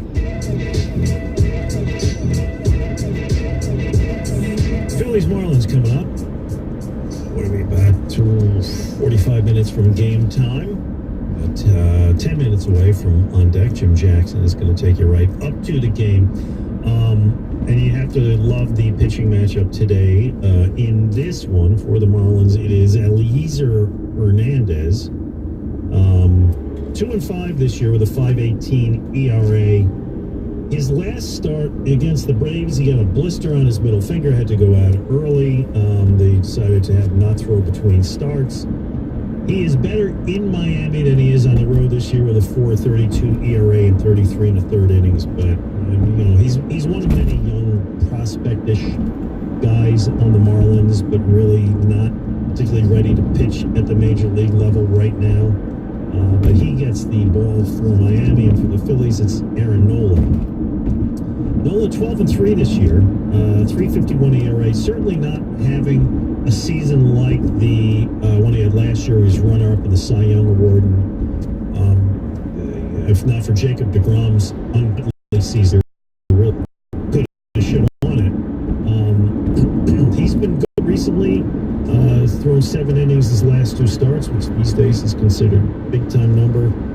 14 strikeouts in those 2 games, just allowed 3 runs. And the Phillies decided, and I agree with this, if they're going to make the playoffs, they got to go to Nola a lot. So he's going to pitch every 5th day, regardless of whether or not they have days off.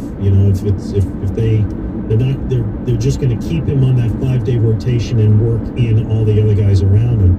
And that clearly makes sense to me because none of the other guys set you on fire. It would be nice to see Zach Eflin get on some kind of roll. And I like what Jim said yesterday, which is he decided, Jim Salisbury didn't say it this way, maybe exaggerate the point, but he almost decided he's going to stop listening too much to what the pitching coach tells him and go back to what he does best, which is that 4-seam fastball. He's going to not try to strike everybody else. He's going to go for the early groundouts.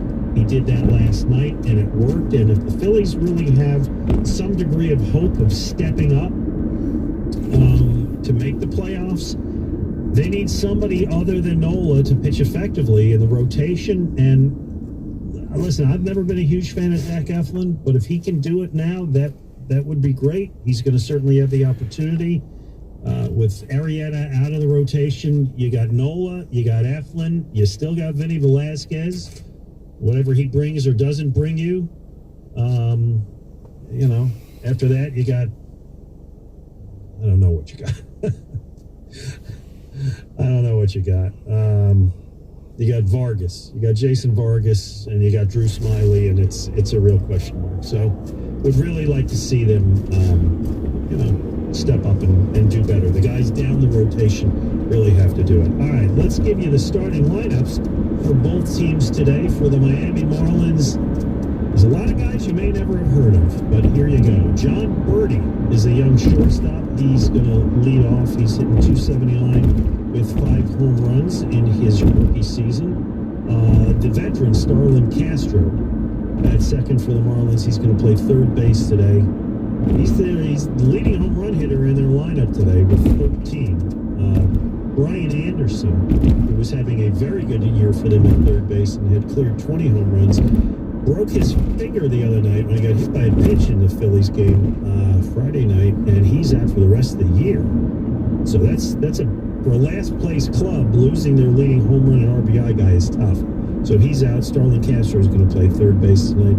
Garrett Cooper is the young first baseman. Well, not that young. I guess he's 28 now. But Garrett Cooper bats third and plays first base, hitting .283 with 12 home runs. Right fielder Harold Ramirez bats fourth.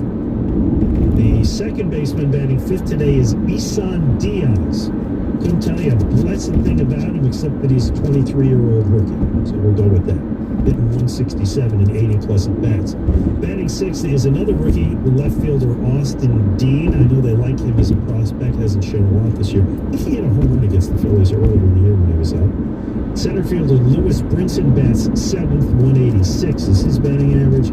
The catcher is Brian Holiday, who's been splitting a lot of time with old friend Jorge Alfaro. And as I said, Eliezer Hernandez is the starting pitcher. So in their lineup today, the Marlins have guys hitting 167, 186, and 205. Should be a nice day for Lowell, at least through the back end of their lineup. Phillies lineup today. Couple switches. Nice to see the JT Realmuto catching on a Sunday. That's always fun. But here you go. Leading off, Cesar Hernandez is going to play second base and lead off today. Hernandez is at 282. Having a typical Cesar Hernandez year. Gets on base some. Doesn't hurt you on defense. Nothing spectacular. Batting second for the Phillies today, Rhys Hoskins. So he's bat leadoff, he's bat second, he's bat fifth, he's bat all over the place today. He bats second. Still can't hit, as we said, hitting 105, I think, in the last 7 games, but he does draw the walks. He's got over 100 walks. JT Realmuto bats third and, of course, catches today. This season has really picked up. Post All-Star game is up to 19 homers and 68 RBIs. Corey Dickerson, off of last night's game, is the cleanup hitter today. Terrific game last night with 4 hits and 5 RBIs. He's hitting 307 with 7 home runs on the season. Shortstop Gene Segura bats 5th. He's also played well, hit well since the All-Star game. He's one of the guys who, you don't want to say Charlie Manuel's responsible, but he's been hitting well since Charlie's been here. He's at 287 with 11 home runs. Scott Kingery plays center field today and bats 6th. Batting 7th for the Phillies today, right fielder Adam Hazley. He's at 237 in his rookie year. Major League pitching may be catching up with him a little bit, but I like him and I like his future. I like the way he handles himself out there. He's done a nice job for the Phillies since coming up. And the rejuvenated, regenerated, reinvigorated Maikel Franco bats 8th today. I'd like to see him do well. Aaron Nola, of course, on the mound for the Phillies with an 11-3 record, and that's going to do it as the Phillies take on the Miami Marlins. 110 start. Jim Jackson is coming up with on deck. There's better. Give me the sticks. We're talking huge savings. I heard that. Plus even more savings when you add Xfinity Mobile. That calls for a little. Amy? Sometimes you gotta let the sticks take the wheel, you know? Hurry in today. The Xfinity Best Deal of the Year ends September 16th. That's simple, easy, awesome. Get huge savings on Xfinity Internet, TV, and voice for only $79.99 a month for 2 years with a 2-year agreement. With a free speed upgrade for a year, and you'll get $100 back. And ask about even more savings when you add Xfinity Mobile. You could get $250 back. Don't miss it. Go to Xfinity.com, call 1-800-XFINITY, or visit an Xfinity store today. Restrictions apply. New standard triple-play customers only. Equipment, taxes, and fees, including BTD and RSN fees extra, and subject to change after 2-year agreement term and 1-year speed upgrade promo. Regular rates apply. Hotel, Casino, and Spa has everything you need for a perfect summer getaway. Because parties, you don't have to go far to join in on the fun. Enjoy dining from world-class chefs, a 4-star hotel, enjoy fitting spas, exhilarating nightlife, sizzling summer entertainment, and hours of casino action, including sports betting. Borgata Hotel, Casino, and Spa. There's no place like this place. Visit the Borgata.com for more details. Must be 21 item. Gambling problem? Call 1-800-GAMBLER.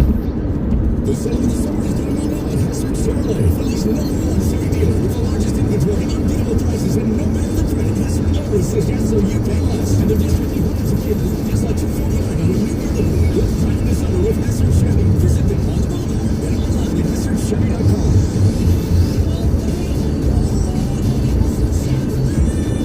Shipping delivered. 25 down for plan. Let's go 4,905 per week. 2,000 miles per year. 20,000 per month. Plus 100 GF financial zero easy. Available in the household. See dealer for details. Hey, sweetie, it's Mom. I know you and Bobby have only been dating for 2 days, but I still think we should all celebrate. We should do margaritas at Chili's and pick up that fancy mama for $5, which is like just as many days as your last relationship. Funny, right? Oh, talk soon. Coming to Chili's now for a $5 margarita of the month. It's the perfect reason to catch up with friends or celebrate whatever.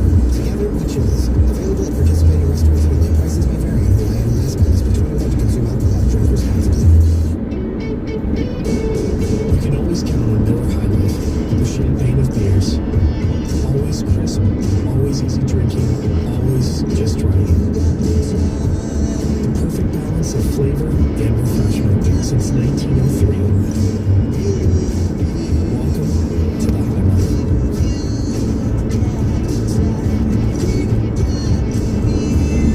2019 Miller Brewing Company, Milwaukee, Wisconsin. Celebrate responsibly.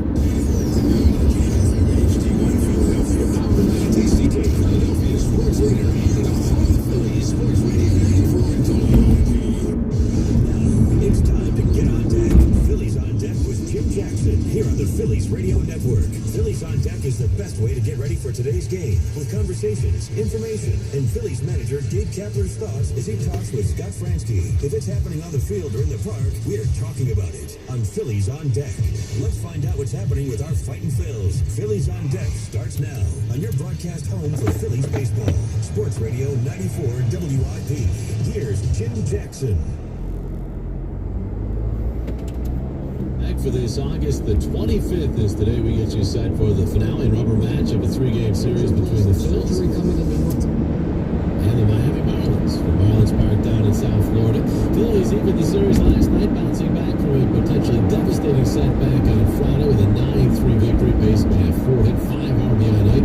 Corey Dickerson, a solid 6 innings from starter Zach Eflin, registered his first win in exactly 2 months. Phillies moved past the Mets in the NL East and maybe even more importantly the NL wildcard standings, and they're to within 1.5 games of the Cubs for that final playoff spot in the NL.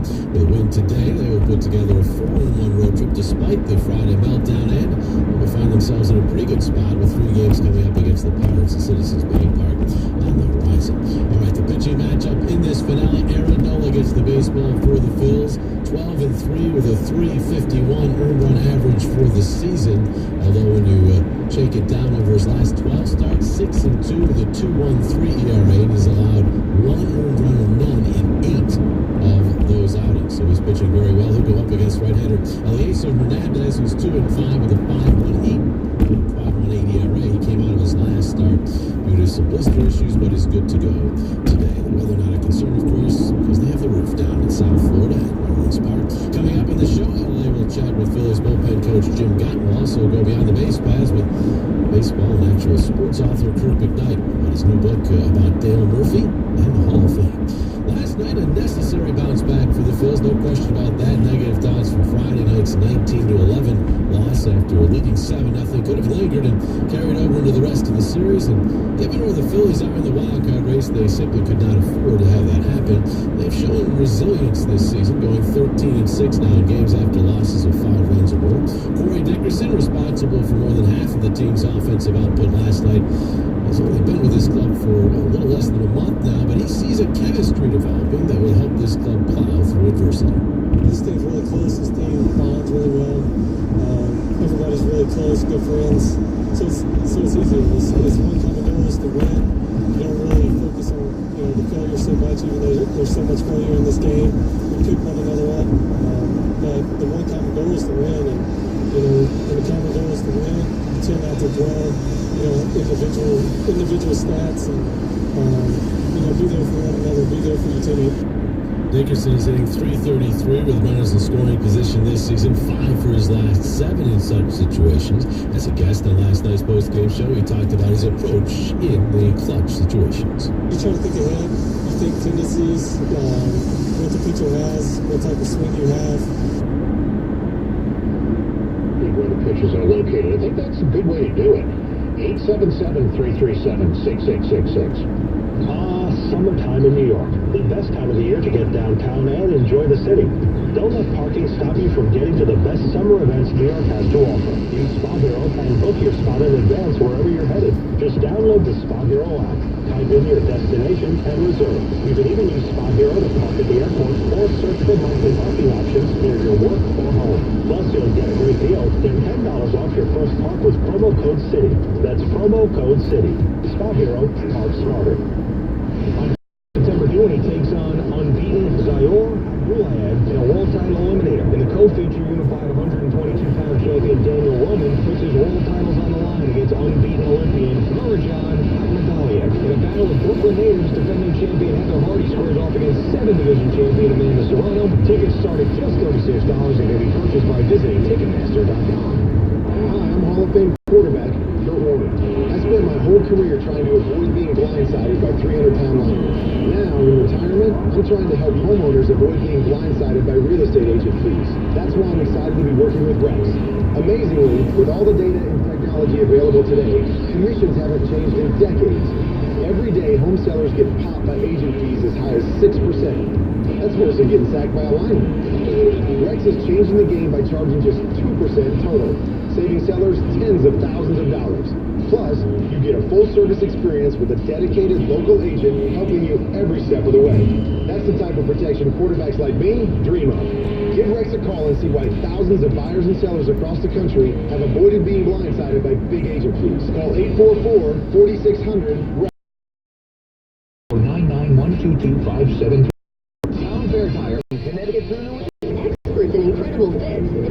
Built to last.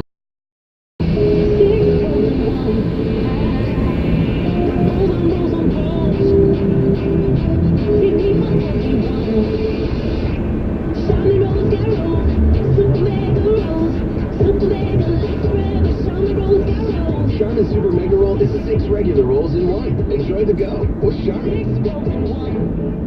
Ready to step up your phone game? Right now, get any Samsung Galaxy Note 10 at T-Mobile, and we'll give you a Galaxy Note 10 free when you get a qualifying family plan. And T-Mobile gives you more with lots of extra benefits, like unlimited talk, text, and data on our network. And with all that data, you can stream your favorite shows and movies because Netflix is included on your family plan. Plus, with faster charging and a bigger battery, you can binge all you want without worrying about battery life. Talk about an awesome phone on an amazing network. The Galaxy Note 10 is all about giving you powerful performance. So hurry to buy any Galaxy Note 10 when you get a qualifying family plan, and we'll give you a Galaxy Note 10 free, only at T-Mobile. Customers using over 50 gigs per month may notice reduced speeds. Video at 480p. Note 10 free via 24 monthly credits for well-qualified customers, plus 0% APR. If you cancel, credits stop and remaining balance due. Receive Netflix Basic 1 straight up to $8.99 per month value.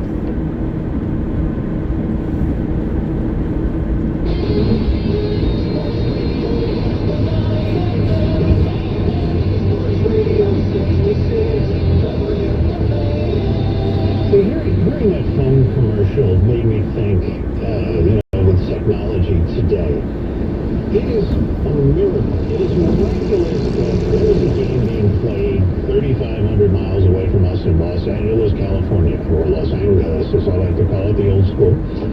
And we are able to see it as if we are there in perfect clarity, perfect sound, with the ability to frame by frame slow down every play so that we can see it in the detail that if you're sitting in the ballpark, no matter how close you are to the play, you can't. We have that ability now. And I think what's happened to us with technology is we have come to expect everything to be perfect.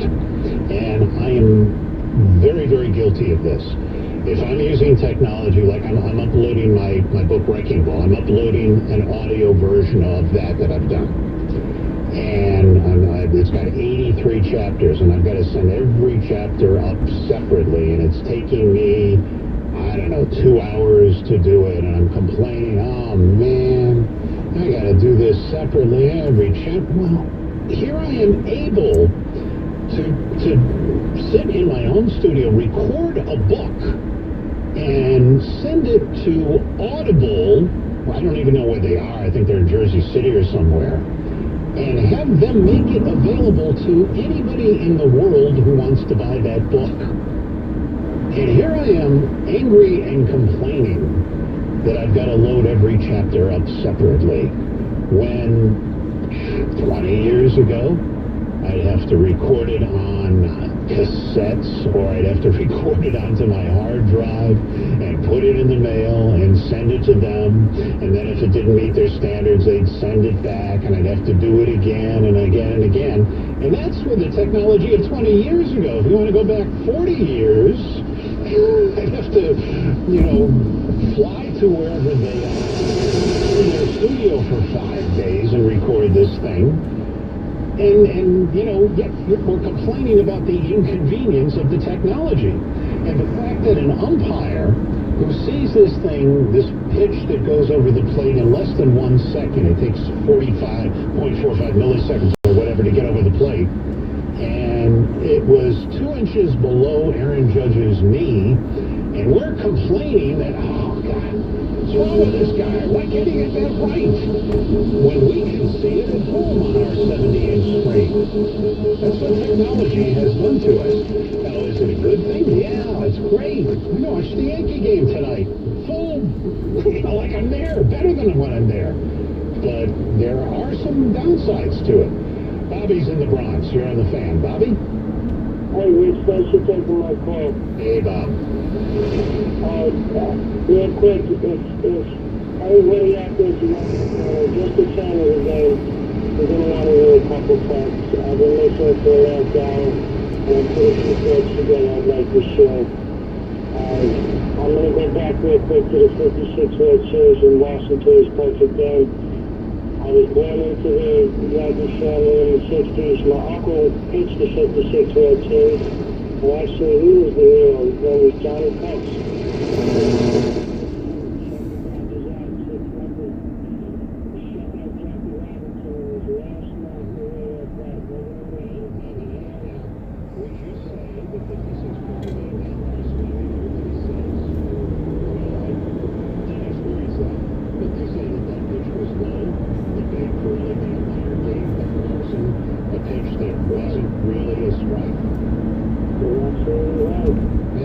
See, and that's the whole thing with technology now.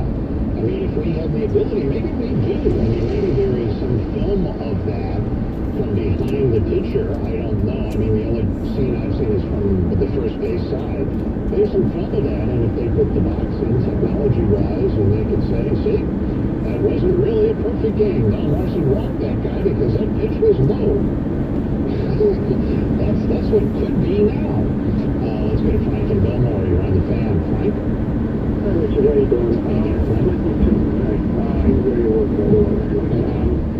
I have 2 points. One about analytics. What do you like folders? I'm an old-school ball player and person, 3 generations of ball players, et cetera, and it's old school throughout the game. But one thing that's really bothered me, and what you just said about Don Larson, I watched Tom Glavine, this great pitcher, become a Hall of Famer, 3 inches off the outside corner. Yeah. Well, big miles, too.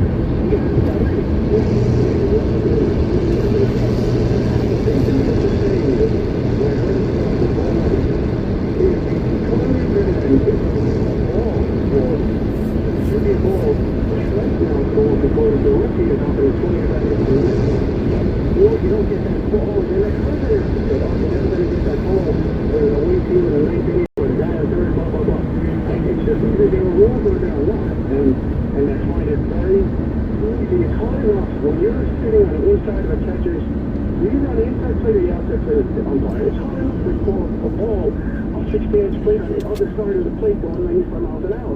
Let alone when it comes into your human factor when you're going to give a benefit to somebody because he's a veteran. And my second point, I'll make it quick, is about analytics.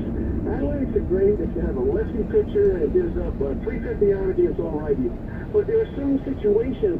Billy Hamilton's up. The fielders are, the pitcher's a lefty. He doesn't field as well. The third baseman's slow to the ball. You can't just go by analytics because there's a human part of it too. And I just like to hear your response on that. Okay. Well, I mean, what the analytics do is give you as much information as they possibly can. However, it is not possible yet, I don't think, for them to give you the complete picture. And you're absolutely right. Lefty, righty, this pitcher against that hitter, that kind of thing. Yeah, you can feed all that stuff into the computer. You can get, okay, here's the hot zone, whether you should pitch this guy. Here's the cold zone where he doesn't hit. But all you do is you come up with a percentage, and you'll see it with the flow charts of where guys hit the ball. When they do the shift, you'll see, 38% of the time they hit it up the middle, 45% of the time they hit it over, the second base hole, yada, yada. But there is 5% of the time, 10% of the time where they actually hit it to the opposite field. And you don't know when that 10% of the time is going to happen. It could happen at this at-bat with this pitcher against this hitter, or it could happen 10 at-bats from now. But it's going to happen at some point, and you can't say when it's going to happen. So what you do is is you play the percentages. You figure, okay, it's a 1 in 10 chance of happening. I'm going to put the shift on him. I'm going to pitch him this way. Well, take into account the pitcher making a mistake and trying to get the ball middle in to get the guy to pull the ball. And whoops, it's outside. Oh, it's a cutter and it's drifted outside and he hits it the opposite way. All those factors are real human factors that you can have analytics till the cows come home and they can't correct. But the analytics are going to get it right more than your gut is going to get it right. Great example. I'll think of a play that I saw 20 years ago. Oh, it's burned into my mind. I had a ground ball here and I made the play, threw it here, and that's what happened. And then I'll go back. My gut tells me I'm absolutely right on this. I'll go back and there's video on it, and it won't be that guy. It'll be wrong. You know what? I clearly remember it. This is the way it happened. Well, happened 20 years ago. Your memory is incorrect. Here's the proof that it's right.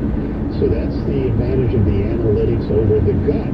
Now, sometimes you take the analytics and you go, well, yeah, I factored all that in, but I see the way the guy is throwing today, and I see that he's not throwing his 98, he's at 96, and I see this hitter who's pulling off the ball a little bit, so he's probably going to hit it the other way. Those kind of things the manager has to keep in mind, not just look at his notebook and say, okay, analytics say do this, let's do it. So that's a big difference. Lou in Port Chester, you're on the fan. Lou? Yeah, Rich, just a different take on the, I know everyone's talking about baseball, but the Andrew Luck thing. You know, if I read you right, you said you were disappointed in the crowd reaction, but I would say the more pertinent is that, you know, the crowd reaction is a group mentality that's probably really not indicative an accurate reaction. But to me, it's the media that the guy can't retire on his own terms, that they got to break even a guy's retirement, you know. That's not where he wanted it to be divulged. And, you know, if we would have found out at the press conference that people would have had a more, you know, accurate reaction on a guy who's been nothing but a class guy, you know, and is in pain. So, your thought about, like, you know, the media breaking it and not letting the guy have his moment, you know? That is an excellent point, and you know, we're caught by a break here, so I don't have time to get into it, but I will address it a little bit later on. I'll write it down so I remember it. But that was supposed to be 3 o'clock Sunday was supposed to be the press conference making the announcement, and it went early. All right, we'll take a break, and we'll be talking to Andy Vasquez of the Record about football next. 5 years ago, William Hill bet on himself and started the largest sports betting company in the world. America's #1 sportsbook is available to you, New Jersey, just in time for football action. Now it's time to trust yourself. Download the William Hill app and get ready to prove yourself right all season long. William Hill Sports Betting, America's #1 sportsbook. Must be 21 or older and physically present in New Jersey. Gambling problem? Call 1-800-GAMBLER or visit 800gambler.org. Hey, it's Carl Banks for Kia. You know, for years I've been telling you how much I love driving my Kia Sorento. It's not just that the Sorento is tough and refined, the smooth ride, the safety features, its versatility that fits any lifestyle, or all the technology. It's everything. And the quality of my Sorento really does impress me. Just getting a Sorento for yourself with a test drive at your local Kia dealer. This month, Kia is offering great deals on select models like the Sorento SUV with 7 seats and 0 compromise. Just like the one like that. A sedan that is loaded with comfort. The Sportage is built for life's adventures. Yet modern Stinger for the driver who wants to drive. Go to KiaDealers.com to see what's possible for quality, style, and dependability to rugged performance. Or stop into your local New York, New Jersey, or Connecticut Kia dealer today and experience it for yourself. And when you do, tell them Carlson. Spend Labor Day weekend at Yankee Stadium and see the Yankees take on the Oakland Athletics on Saturday, August 31st. You're not going to want to miss this great promotional giveaway at the end of the summer. The first 18,000 guests will receive a Yankees lightweight hoodie, courtesy of Ford. For tickets, log on to Yankees.com or visit the Yankee Stadium ticket window.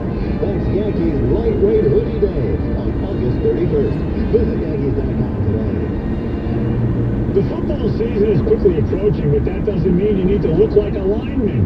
You're going to look great at your tailgate with the help of NJ Diet, since it only takes 40 days to lose 20 to 40 plus pounds. NJ Diet's contractually guaranteed money-back program starts with bioenergetically personalized supplements based on your hair, saliva, and blood work. NJ Diet then uses dressing to create your ideal diet plan and workout regimen and help you keep it off the rest of your life. Not sure if you can do it alone. NJ Diet's with you every step of the way. You're fully monitored by the staff to make sure you're burning fat, not just losing water. You also have access to the doctor's personal email and phone number. NJ Diet committed to keeping the weight off. It's all natural, no shots, no hormones, no surgery. Offices in New York, New Jersey, Connecticut, and now Pennsylvania. Take the 40-day challenge. It can last a lifetime. Visit NJDiet.com. Call 855-5NJ-DIET.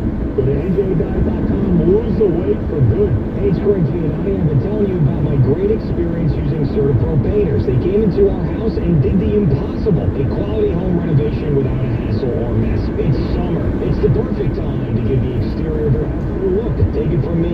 Call CertaPro today. Schedule a free estimate by calling 1-800-GO-CERTA. That's CERTA with a C. 1-800-GO-CERTA. Or click on CertaPro.com. As CertaPro says, we do painting, you do life.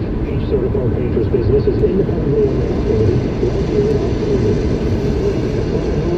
Then there's no sense in paying attention to what I'm about to tell you. Go back to your scientific calculator. Make sure you realize.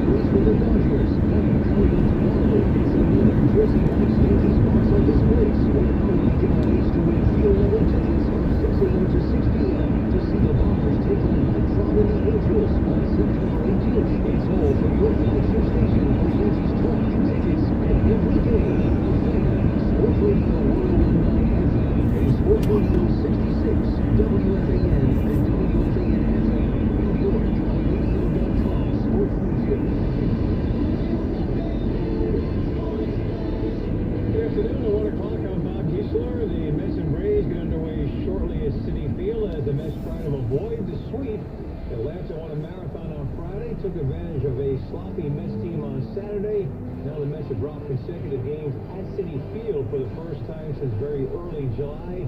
Steven Matz, a perfect 6-0 this season at home, will get the start against Dallas Keuchel. You can listen on WCBS 880 on the injured list. So Rene Rivera back, and he gets the start today in his first major league game of the season. First start with the Mets in a couple of years. Edwin Diaz left last night's game with back tightness. He's better today, but not available. Yankees and Dodgers play the rubber game in their series tonight. Sunday Night Baseball.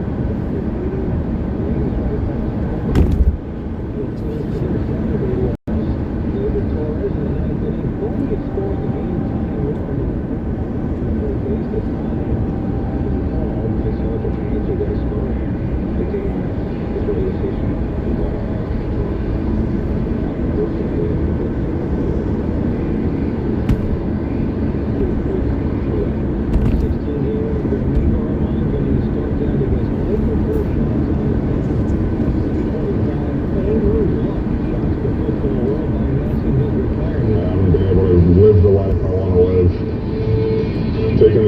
this game. And after 2016, where I played in pain and was unable to regularly practice, I made a vow to myself that I would not go down that path again. So at age 29, Luck walks away from the game. This report brought to you by 2 by London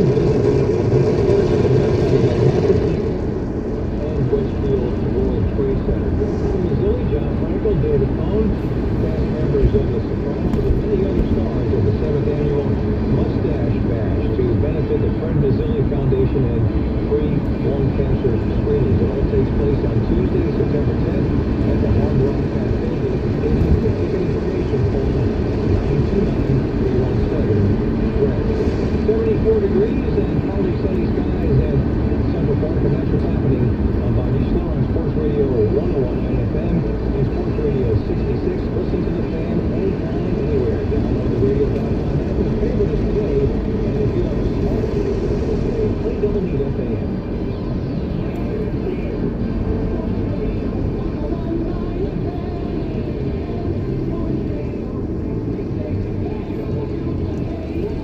We are back, hour number 3. Richard here with you on the Fan until 3 o'clock. Christopher Moore coming by at 3. Eddie Arzuman and Tom Lugauer at the controls.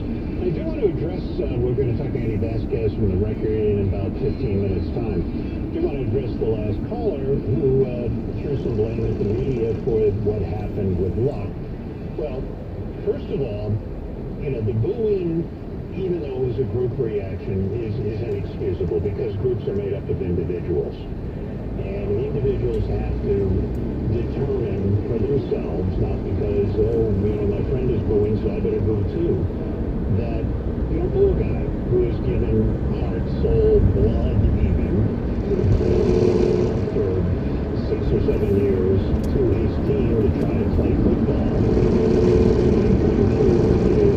What it is for that he did it for the money, that he did it for the team, for his teammates, for the fans, whatever. We'll never know that, and he may not know that in his heart of hearts. The fact is, the guy decided to make a timeline that he wanted a life, that he was leaving $64 million on the table, but that pain and the kind of pain that he would play, I mean, his alternative was Vicodin, Oxycontin, getting addicted to that, going through all of that stuff. He said he did not want to do that. He couldn't play with the pain, and then, you know, oh, you know, everybody plays with pain in football. We don't know what kind of pain. When you talk lacerated kidneys, this is frightening, okay? So it's not an easy decision to make, to walk away from the team, to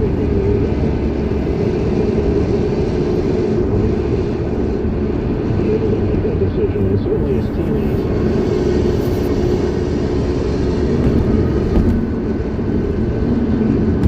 So talented, so good, but that it was a decision that it was his to make, and he made it.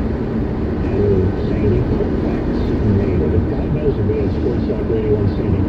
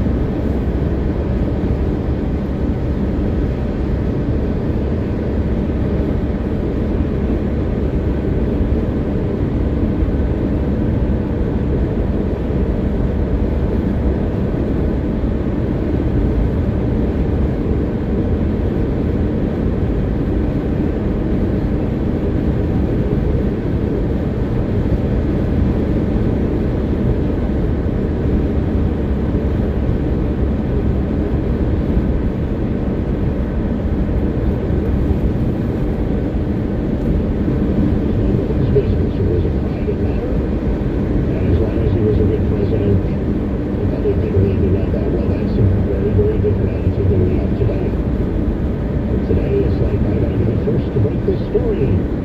So somebody did. And it came out. And it came out in the game when Andrew Luck was on the sidelines. People knew about it. And as he's walking off the field, they booed. Would I like it? Would I like the media to maybe take stewardship of things and say, you know what?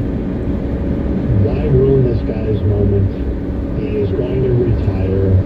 Let him do it on his terms. That would be nice, wouldn't it? But if the guy that it leaked to didn't do it, somebody else would. And they'd get credit for breaking this story. And it would be to their benefit, and they might make more money in the long run or get a better job in the long run because they were the first with the Andrew Luck story. So that's the situation we're in today. And it's sad because there are situations where media people to this day have important information that could compromise our national security, but the public has to know. So do we say, well, it's my judgment to withhold this information that I've got because national security could be at stake, or, you know what, if I don't let this story I'm covering for the CIA or I'm covering for a congressman or the administration or whatever, and I have to let this story. The public has a right to know this stuff. And that's the fine line. Now, luckily, we're in this fantasy world of sport where, you know, as much as Colts fans and football fans in general are going to be affected and sad that Andrew Luck has decided to retire, it really, in the scheme of things, ain't a big deal. And yet, you have to know. You have to know now as opposed to waiting for 2 hours. Because we could have been told at 3 o'clock this afternoon. And it would have been Chris Moore's job to talk about it all afternoon. But instead, we found out yesterday and this brouhaha happens. Let's go to JR in Philly. You're on the fan. JR? How are you today? I'm good. I'm good. Good, okay, so we're just going to quickly say I think the fans are being really low life. I mean, they should have cheered him for all the things he did to play the team. That's a disgrace, but that's really not what I'm calling about. As to the technology involved in this trade, in 1972, Milt Pappas retired 26 batters in a row in San Diego. The last batter, before he got a perfect game, he went 0-2. Bruce Fleming was the umpire. He threw 4 pitches, and 2 were strikes, pointing everybody at the game. 1 minute borderline pitch. And when there's a ball, Fleming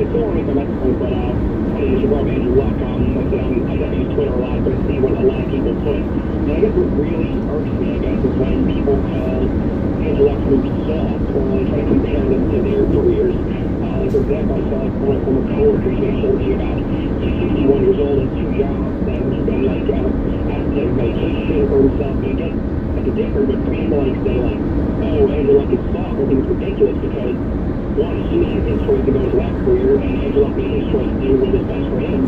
I think at the end of the day, it's lucky. I think Luck's doing the best thing for him because, again, all these injuries, and I think the fact that he graduated from Stanford, he's a very bright guy. He wants to come back to the game. He can as an analyst. I'm sure if he's a major network, they'd love to have him.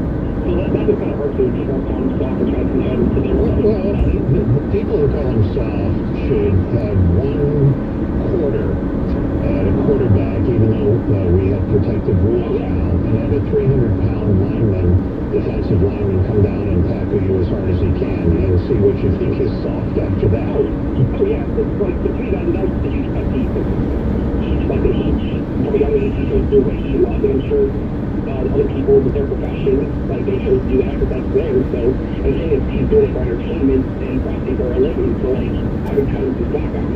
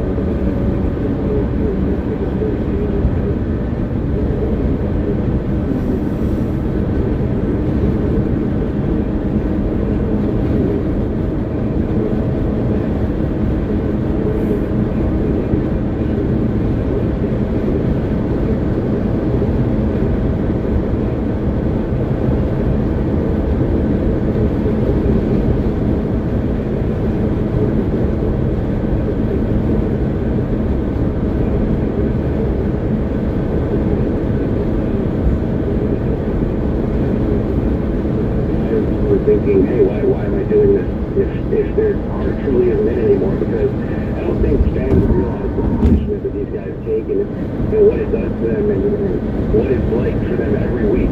You know, the Monday, Tuesday, Wednesday, not feeling back to normal at any point during the week and then going out and doing it again. It's a progressive thing that takes more and more of a toll as the season goes on. So, one other thing I think is interesting too is how it could affect things going forward. As you look at young quarterbacks, they need to have a strong offensive line in front of them. Taking that kind of punishment seems to cut these guys' careers short and damage them. And I think that's something the Jets need to be mindful of with Sam Darnold. They don't want him out there taking a lot of punishment because he can affect the quarterback for years to come. I think it was about North Dallas 40, I might be wrong. In the first chapter, the receiver is in bed on a Monday morning and getting up. And the sheets are sticking to him, and he actually has to peel the sheets off because he's bled so much and there's so much stuff on him. And then taking a shower is excruciating after having played a game on Sunday. And that, to me, when I read that chapter, really hit home. The kind of punishment that week in and week out, you know, not just a catastrophic injury, but just the average, toll that it takes in a regular game. Absolutely. When you see guys who are in their mid-20s in peak physical shape, huddling around the locker room on a Wednesday like they're an old man, it opens your eyes. And I'm not saying like these guys deserve sympathy. They sign up for it, they get paid. But it is a real thing. It is a real toll. This is not, an easy game. And I mean, it takes something out of you to play. I think we saw with Luck and how he mulled over his decision. Let's get down to the Jets now. I admitted that I was in baseball mode last night, watching, Yankees, Mets, the whole thing, and watched very little of the Jets. And it's hard now with the way the preseason is being played and the way the coaches do not let the regulars play very much. But what conclusions, if any, did you draw out of last night's game against the Saints? Well, there was never an argument for the preseason being shorter than last night's game was there. It took about 3.5 hours, and there were 31 combined penalties. So that was rough. I think the big takeaway for me, if you watch the Jets' first team offense was out there for 5 drives, and they only had 2 starting offensive line in their tackles, Brandon Shell and Colin Beecham, and then the other 3 guys were backups. And the offensive line obviously struggled, and that was a little sketchy watching Sam Darnold out there. He took a few really big hits. You're wondering, why are they leaving him out there? It seems like you're just kind of asking for trouble. But on the 5th drive, he got a nice drive, 5 completions, 5 for 5. A nice long 41-yard pass to Robbie Anderson. A beautiful 2-yard touchdown pass to Ty Montgomery. Sam Darnold was ready for the regular season, but the offensive line, all 5 of those guys are supposed to be ready by week 1, but it's a big question mark because they won't have played in the game together at all before then. They still haven't practiced together the entire group of 5 with Ryan Cleveland coming in late off of retirement, and they're probably not going to all practice together until this week or even next week as they get ready for week 1. So that is a huge question mark, and the Jets defense, they have a lot of nice pieces. They made some nice upgrades, but you saw Drew Brees last night exploit the quarterback situation. It's just not good. The Jets' second starting quarterback is a rotation between Tavon Campbell, between about 100 career defensive snaps, or cover up that deficiency. Yeah, I was going to ask you if Greg Williams can scheme his way out of this, and you can to a certain extent, but there's always the chain with a weak link. You've got weak cornerback and secondary play. They're going to find a way to exploit it. Yeah, absolutely. Different combinations, throwing a lot of different things at opposing offenses, but it's still going to take the players, and if you have a guy out there who just can't cover anybody, it's going to be hard to hide him, especially against the elite quarterbacks in the NFL, and as we know, the Jets are on the schedule to play the Patriots twice this year, so you have to think the Patriots will be able to take advantage of that, and any other elite quarterback they face will have the same deal. You mentioned you were somewhat surprised, but after Williamson's injury, when Gage actually went out of his way to say, hey, I kind of second-guessed that decision, maybe I should have taken him out the series before. And then you talk about leaving Darnold in, your key guy, your young quarterback in with a offensive line. Seems a little inconsistent, doesn't it? It's a tough one. It is a tough situation because, I mean, Sam Darnold is still a young quarterback, and he really does benefit from his actual preseason game, and I think building chemistry with the receivers and being able to make these reads in real time. You know, he still doesn't have that much experience. He only played 13 NFL games. And it's also a different situation because Williamson was the only starter in the game at that point in Atlanta. And so you've got a bunch of guys out there who are just trying to make the team in hand, and that was a good play to happen. It's a tough line. I would have taken Darnold out probably after he got hit a couple times on that last series, on the fourth series. But in the game, Adam Gates admitted like he was close to taking him out. But I think he wanted him to have some good vibes during the regular season, build a little bit more chemistry. They did that with that drive. It was risky. We would have, I think everybody, all Jets fans would have crushed Gates if something had happened to Sam Darnold there. But I think it was a more reasonable risk-reward situation than what he was doing with Avery Williamson, which did not make a lot of sense. Are you pretty confident that they can hit the ground running with Le'Veon Bell, or do you think because he hasn't played in the preseason that there will be some hitches and growing pains there before he fully integrates into this offense? I think there's going to be some growing pains. I think, you know, it's going to take him a little while to get back to where he was. I mean, he looks great. He seems to be running very well in full contact practices. He seems to be improving. He's in good shape. He understands the offense. And I don't think, like, if he had played a series last night, it would have gotten rid of whatever, you know, rust there is to shake off week one. So I don't think the preseason is a big deal, but I think it is a legitimate question. Is this guy going to be the same guy? Or you know, how long is it going to take for him to get back to that level? I mean, he's still in his prime. He's 27 years old, but he took a year off.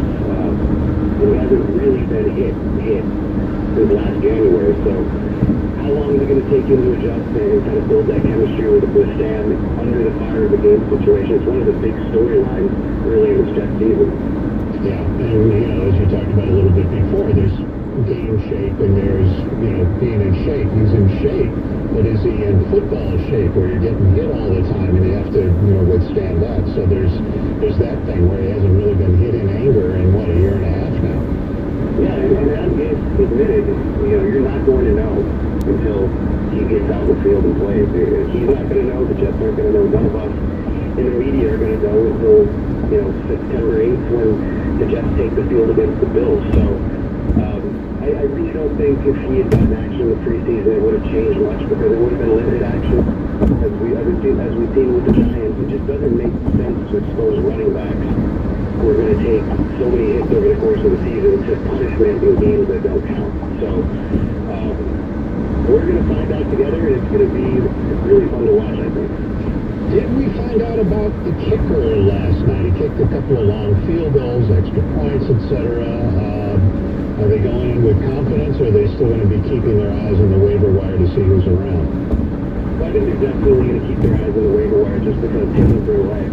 He obviously made a 56-yarder last night, which was impressive. And that's immense pressure for a guy who he's never kicked in a real regular season NFL game. He's never made an NFL roster. So I think they're still going to keep their options open. He's got to get through next week unscathed, too. For most guys, preseason, you know, the fourth preseason game for most starters is not important, but for Pivetta, it's another make or break kind of thing. If he goes out and has a bad week next week, the Jets are going to have to really look closely at adding someone else before the start of the regular season. So I think that was a very good recovery after Pivetta had a rough night in Atlanta last week, but his job is not done. He needs to go out and kick well on Thursday against the Eagles as well.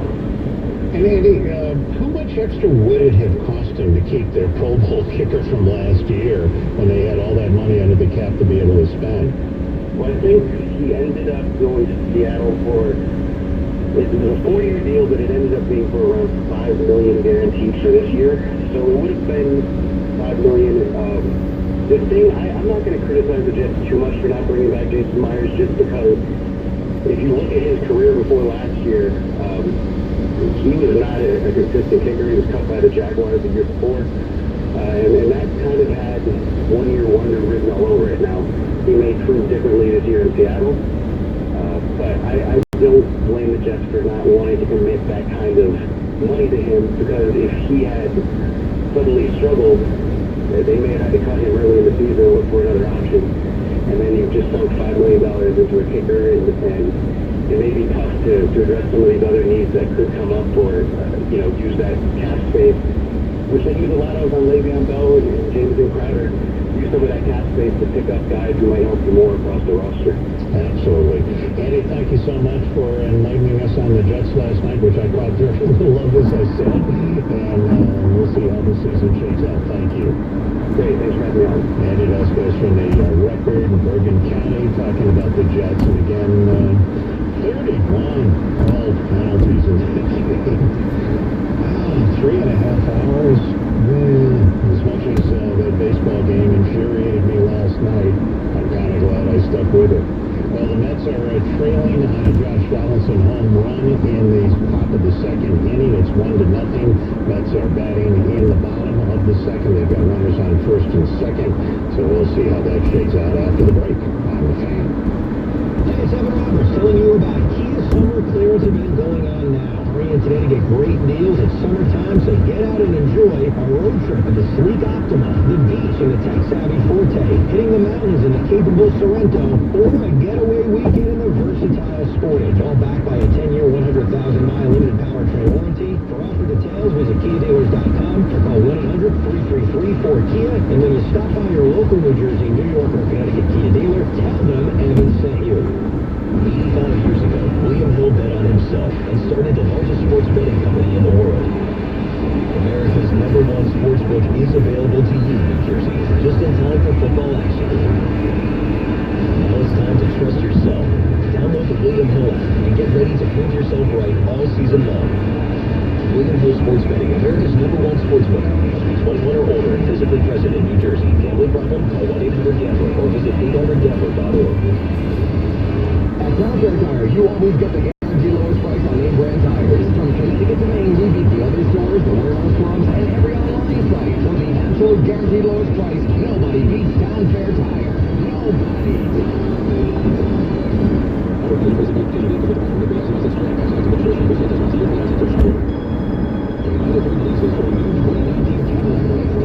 Luxury edition for $49 a month.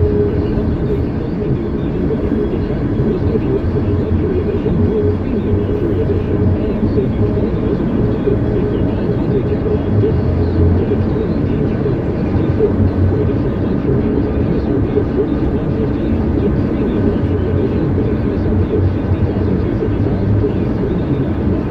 Plus, equipped with driver awareness and comfort, with lane assist, automatic braking, and front massaging seats.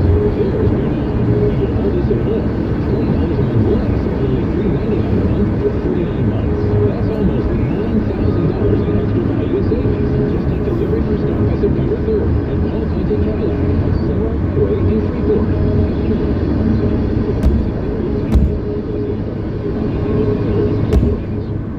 Come on to Yankee Stadium on Sunday, September 1st and celebrate Mike Mussina's Hall of Fame induction. Don't miss a special pregame ceremony honoring the former Yankees pitcher as the first 13,000 guests will receive a Mike Mussina Hall of Fame t-shirt, courtesy of Golden Bears Beat and Shoes. Get tickets online at Yankees.com or visit the Yankee Stadium ticket window. That's the Mike Mussina Hall of Fame celebration and t-shirt giveaway on Sunday, September 1st. Visit Yankees.com today.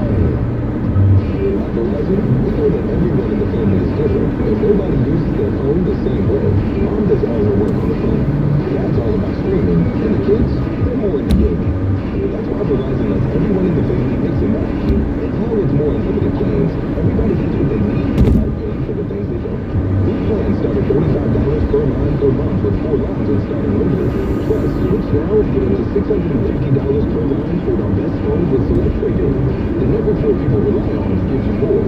Verizon. Plus taxes and fees. Auto pay and paper-free billing required. Only before GST. And times and congestion predicament particularly slower than other traffic. Only after 20,000 gigabytes per month. Pay more limited 50 gigabytes per month or more limited 75 gigabytes per month and get more limited. Up to $15.99 on device fee and purchase with new smartphone line and $40. Plus $200 prepaid card loyalty to make lease. Plus up to $450 trade-in promo credit applied over 24 months. Promo credit is eligibility to apply.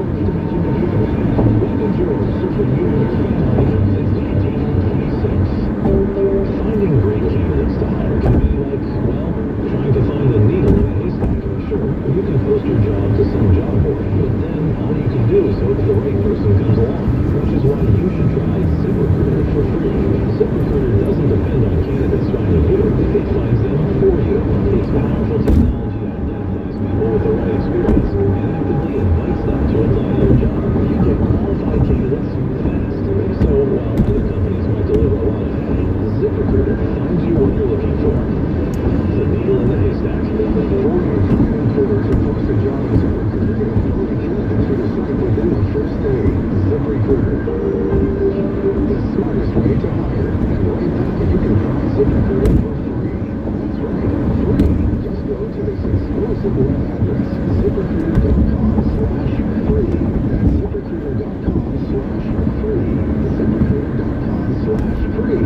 Like your phone, not your service. Now expect your phone network you need, keep your current phone, and upgrade your network. Simply pick the data plan that's right for you. Pay for the data you use, or choose unlimited for just $45 a month per line. Only. And talk and text are always free. Switching is easy. Go to Spectrum.com/BYOD to learn more, or to find a store near you. Spectrum Internet required. Restrictions apply.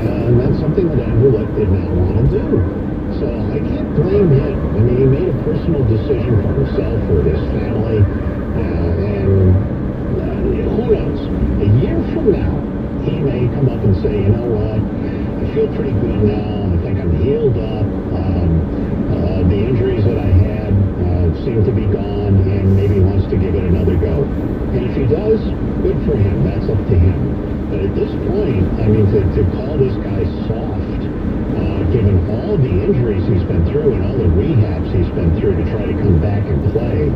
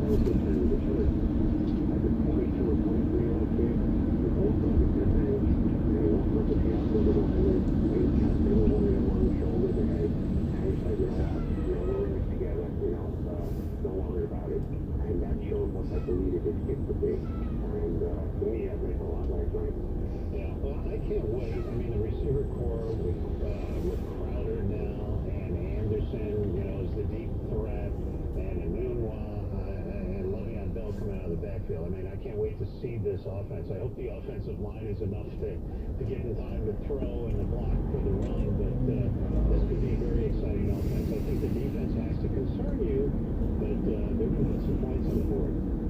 They will, I totally agree, and we were talking about Bell. There will be some luck, but that's why you got time with Montgomery. I think they're going to use time on Montgomery, and it probably will split carries until Bell shakes off some of the runs. And you're right about the receivers, and as for this kicker, I love this kicker last summer. I might have kept them over Myers last summer because of what you like him. To me, I go with him in week one as long as he has a good weekend, he has a good game against the Eagles. Because if you sign a veteran kicker right now, you get a Matt Ryan or a Dan Bailey who, if they get in touch, there's a reason. You sign them before week 2, you have to guarantee them 16 weeks worth of salary. Before you go week 1 with Bertolette, something goes wrong, okay, you may get criticized, but then you're going to get up these journeymen, and you don't have to guarantee a full season worth of money. And I think that's probably the way the Jets are looking at it. Yeah, okay, thanks for the call. Let's move on quickly to Howard. We got about a minute. Howard, go ahead. Hi, Richard. An interruption for a minute. I'd like to run by you. I'm wondering if it ever creates an opportunity for the Giants to discuss a trade with the Colts involving Eli Manning. It might solve two teams' problems. Colts have some depth on the defensive line, which the Giants could use. And the Colts obviously need a short-term solution at quarterback, and Eli's as smart as they come. What do you think of that? The thought did cross my mind for a split second when after all the other stuff with Luck.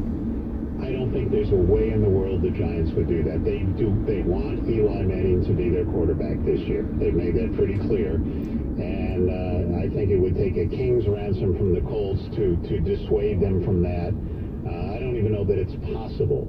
But in terms of being the right move for the Colts, sure. For the Giants, they're not going to do it. All right, we'll talk to Bill Madden, baseball, next. Hackensack Meridian Health provides expert cancer treatment right here in New Jersey. Our surgeons are skilled in the most advanced and minimally invasive surgical techniques, including robotics, to ensure quicker recovery, less pain, and best possible outcomes. As part of the most comprehensive healthcare network in New Jersey, we're not just at the forefront of cancer, we're pioneering the possible. To learn more, visit hackensackmeridianhealth.org/cancer. Hackensack Meridian Health, part of the Memorial Sloan Kettering Hackensack Meridian Health Partnership. Summertime in New York, the best time of the year to get downtown and enjoy the city. Don't let parking stop you from getting to the best summer events New York has to offer. Use Spot Hero and book your spot in advance wherever you're headed. Just download the Spot Hero app, type type in your destination and reserve. You can even use Spot Hero to park at the airport or search for monthly parking options near your work or home. Plus, you'll get a great deal. Get $10 off your first park with promo code CITY. That's promo code CITY. Spot Hero, park smarter.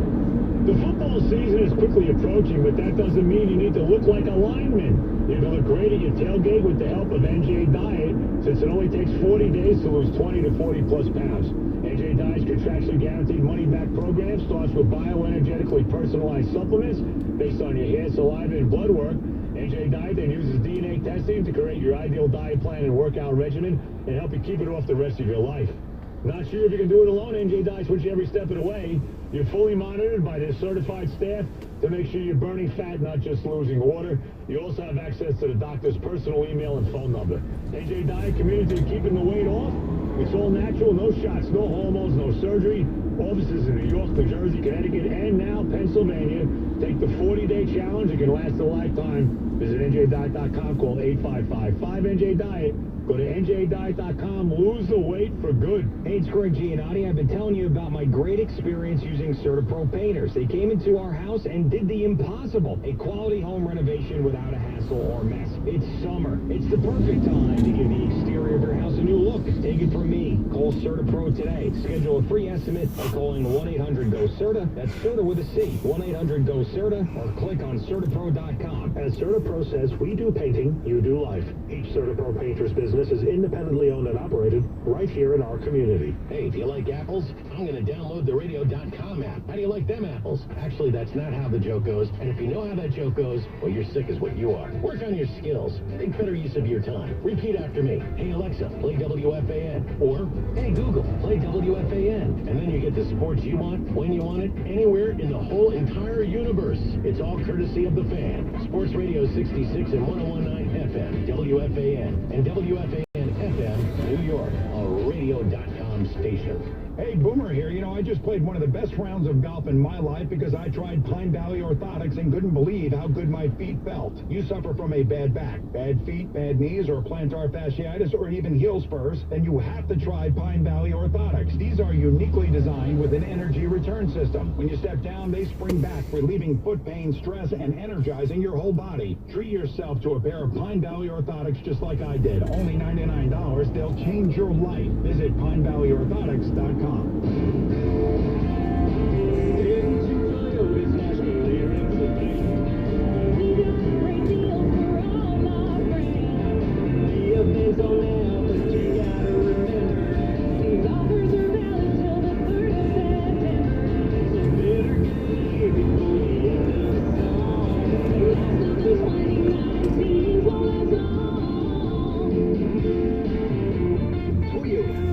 Places. Participating dealers only. It's Ashley Home Store's biggest Labor Day event, and it's your chance to save up to 50% store-wide from America's #1 leading furniture. Spectacular savings on Ashley sofas, sectional skipper cleaners, leather furniture, dining rooms, Ashley bedrooms, and mattresses. Mini groups at Ashley's lowest prices ever. Save up to 50% store-wide. Plus, free delivery and setup. Plus up to 6 years, no interest. The biggest Labor Day sale. Now at Ashley Home Store. It's Staten Island at the Richmond Shopping Center.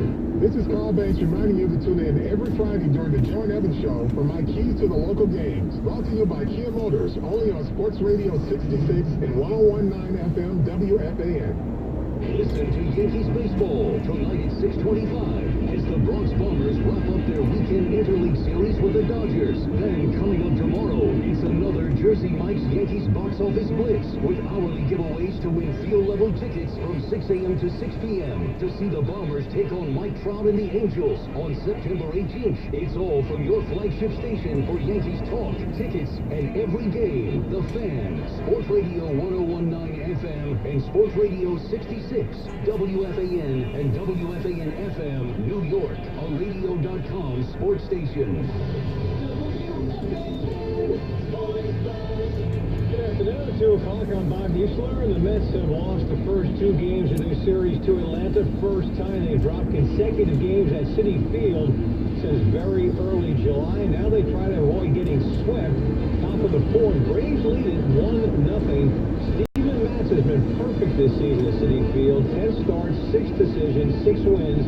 Today he's allowed the one run on a Josh Donaldson home run, 31st of the season for the former MVP, a moonshot that barely made it over the left field wall. Dallas Keuchel, pitching for Atlanta through 3 shutout innings, has induced a couple of double plays along the way to keep the Mets off of the board so far. Top 4, Braves lead it 1-0. Yankees play later tonight in L.A., Yankees and Dodgers. And in the battle for best record in baseball, the Dodgers now 2 games up on the Yankees. The Yankees are tied with the Astros for best record in the American League. It'll be Domingo Germán, 16-game winner, matching up against the Dodgers.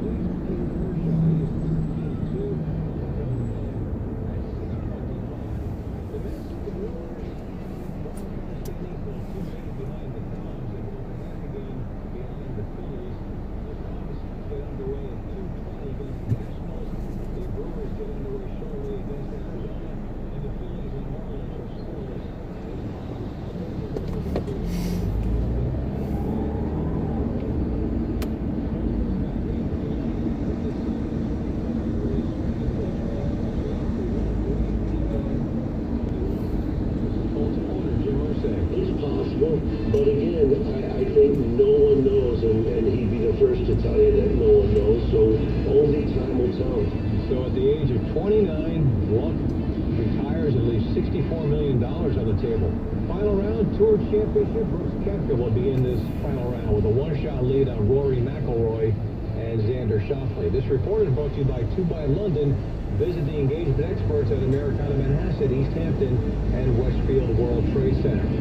Meet Yankees GM Brian Cashman, outfielder Brett Gardner. Watch the Yankees take on the A's from a luxury suite with all-time Yankees great Chris Chambliss, all part of the 10th annual Taylor Hoot benefit in support of the Taylor Hooten Foundation.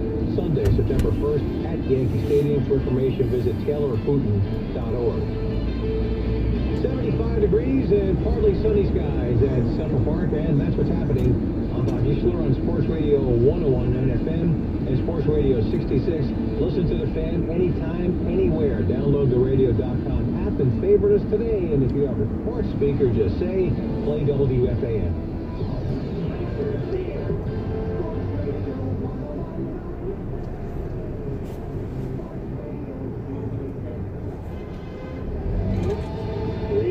Final hour from me before Christopher Moore takes over at 3 o'clock. We've got Tommy Lugauer and Eddie Arzuman at the controls. And we welcome in Hall of Fame baseball writer Bill Madden to talk some baseball with us for a little bit. And I'm going to throw Bill a nice little lob softball pitch for his first pitch today. What do you think of those players' uniforms this weekend, Bill? Oh, my God. That is a slow lob to be sure. I just, I wonder who picks these things up in baseball? Who's the person responsible for it? What did they possibly think they were going to accomplish by putting these players in this circus clown uniforms? Nobody likes this idea. And, they call this the Players' Weekend or whatever it is, so they can put their nicknames on the back of the uniforms. But if you're going to do that, at least put the nicknames on the back of uniforms that people don't mind looking at. Well, last year's uniforms, I thought, weren't so bad. They were kind of softballish, but they were different, and a couple of them were pretty cool. But, why not just wear the regular uniforms with the nicknames on and wear fancy shoes or something like that? And I guess I know the answer to that, and it's because they think they can make money on selling these new uniforms. But I bet this year they're going to lose money because I don't think anybody wants them. Well, I think I would agree with that, Richard, but you never know. Somebody said to me today that they asked me what they were going to do with the uniforms. He said, I hope they're going to sell them for charity. I said, you're talking about baseball, selling these uniforms for charity? I don't think so. I said, they're going to put them out and try to extract as much money as they can for these things. Well, they make these marvelous new machines called shredders, and I think that's where they belong. It's a good use. Yes, insulation for houses, you can turn them into insulation. Well, whatever. I mean, it was a cute idea, but I think you're right. Whoever came up with this white on white, especially where you can't even read the names or the numbers or anything. So, what sense does that make? No, it's just it's a whole weekend of baseball eyesore. Yeah, for sure. Well, let's talk about some matters. We've been getting calls the first couple of hours before the game started about the call yesterday where timeout was not called in time and Torres should have scored. What's your take on that whole thing? Well, it was kind of confusing. I guess the biggest problem with it is that the replay, they weren't allowed to use the replay. From all the accounts that I've seen, that the replay shows that the timeout was called after Torres was on his way to the plate, and that therefore he should have been allowed to score. But I don't know, it was a very confusing play, and Boone didn't really argue that vehemently about it, and everybody seemed to say they put up their arms and just shrugged and said, well, that's the way it is. So I guess, that's the way it is. I mean, nothing could seem to be done about it. What do you make of this war on umpires that the Yankees seem to be having? I mean, are they in particular being picked on like they seem to think, or do you think they're just getting the same kind of bad calls and a lot of teams are getting? Well, I think the bad calls are universal. I don't know how many games, whether it's Yankee games, Mets games, I'm down here in Florida, I get everybody's games down here, and believe me, especially the balls and strikes behind home plate, I'm all in favor of robot umpires behind the plate. I thought I'd ever say that, but I never thought you would either. I'm shocked. I mean, you're the baseball traditionalist, the purist, the Hall of Fame writer, but I'm at that point where I think robotics are the way to go, too. Well, I've always had an issue with umpires anyway. I think that baseball's... I don't understand why baseball won't spend more money on umpire development. This is a big problem with baseball. It's been a problem for years. The quality of umpiring, I believe, is below standards in baseball. You see so many of these bad calls, and more importantly, you see umpires like Phil Cousy and Angel Hernandez that keep their jobs in baseball, despite the fact that they are constantly involved in these controversial plays, bad calls. What do these guys have to do to get fired? And you talk about the grading system in baseball. They seem to always have had it. And yet, what good does it do if these umpires consistently grade badly? And by the way, they never show you what the grades are. They never release those or review them. And yet, these guys, we know that they consistently grade badly in these reports. And yet, so what? They don't lose their jobs. They don't get demoted. They don't get, maybe they don't get the World Series games, but they still get postseason games.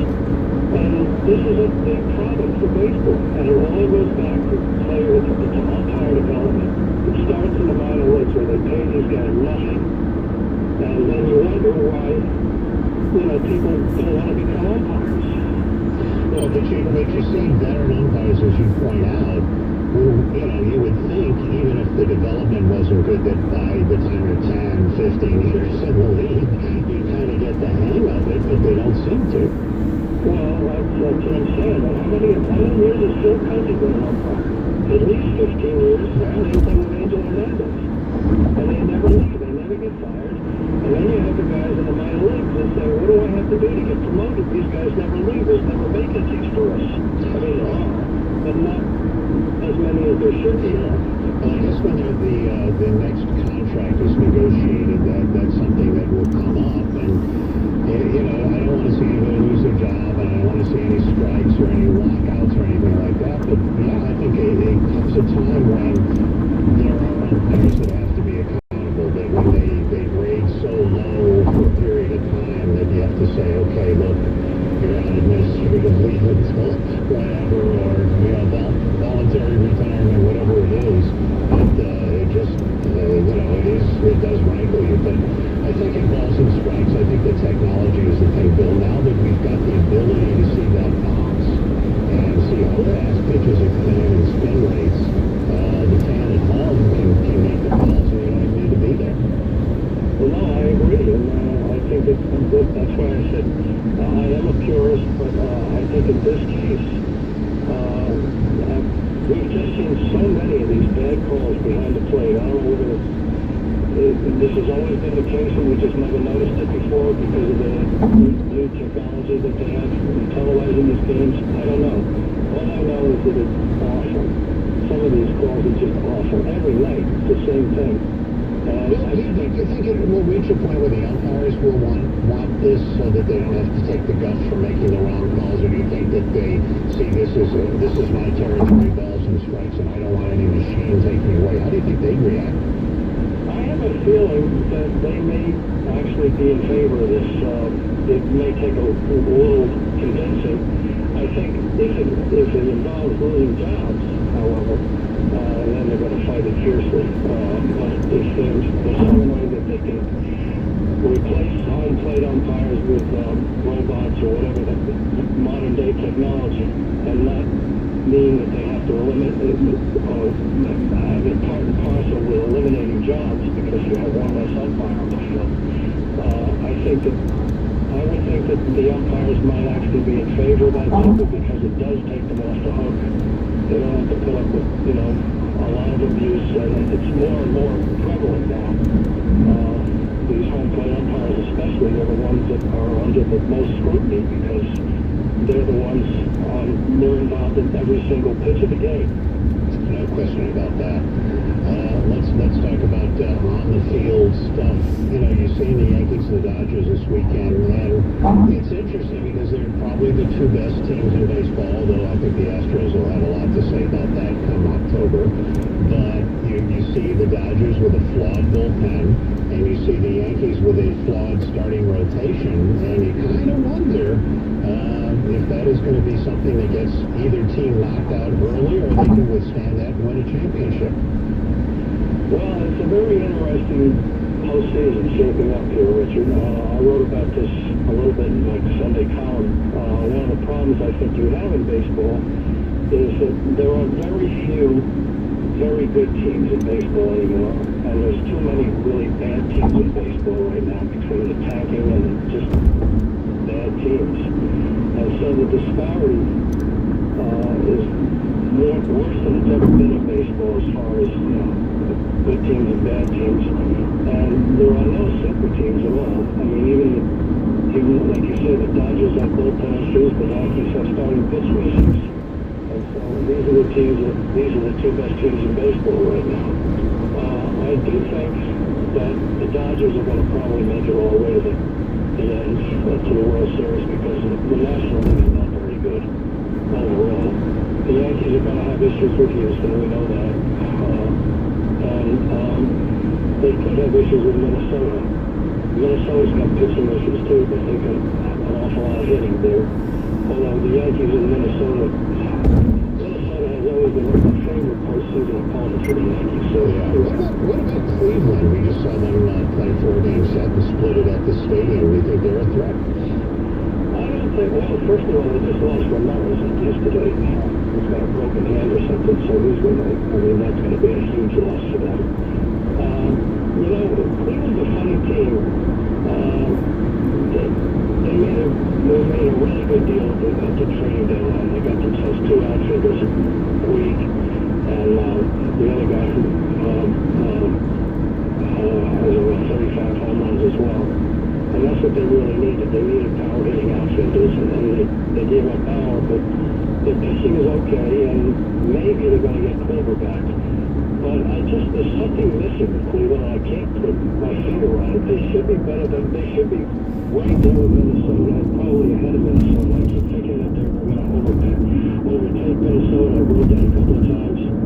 But the Twins keep hanging in there, and the Indians, so I don't think Cleveland's going to be a serious postseason. I think they'll probably get one of the wild cards, but if I were the Yankees, I'd be more worried about Oakland. That's a very strange team, Oakland, but they're, Billy Beane, every year he seems to come up with these, he kind of play around with the rest of the league for the first half of the season to figure out what they are. And then once they figure out what they are, they go out and address. I think this is the second year in a row Billy Beane's put together an entire new starting rotation for the second half. Picking up Hunter Bailey and Flyers. And, the Yankees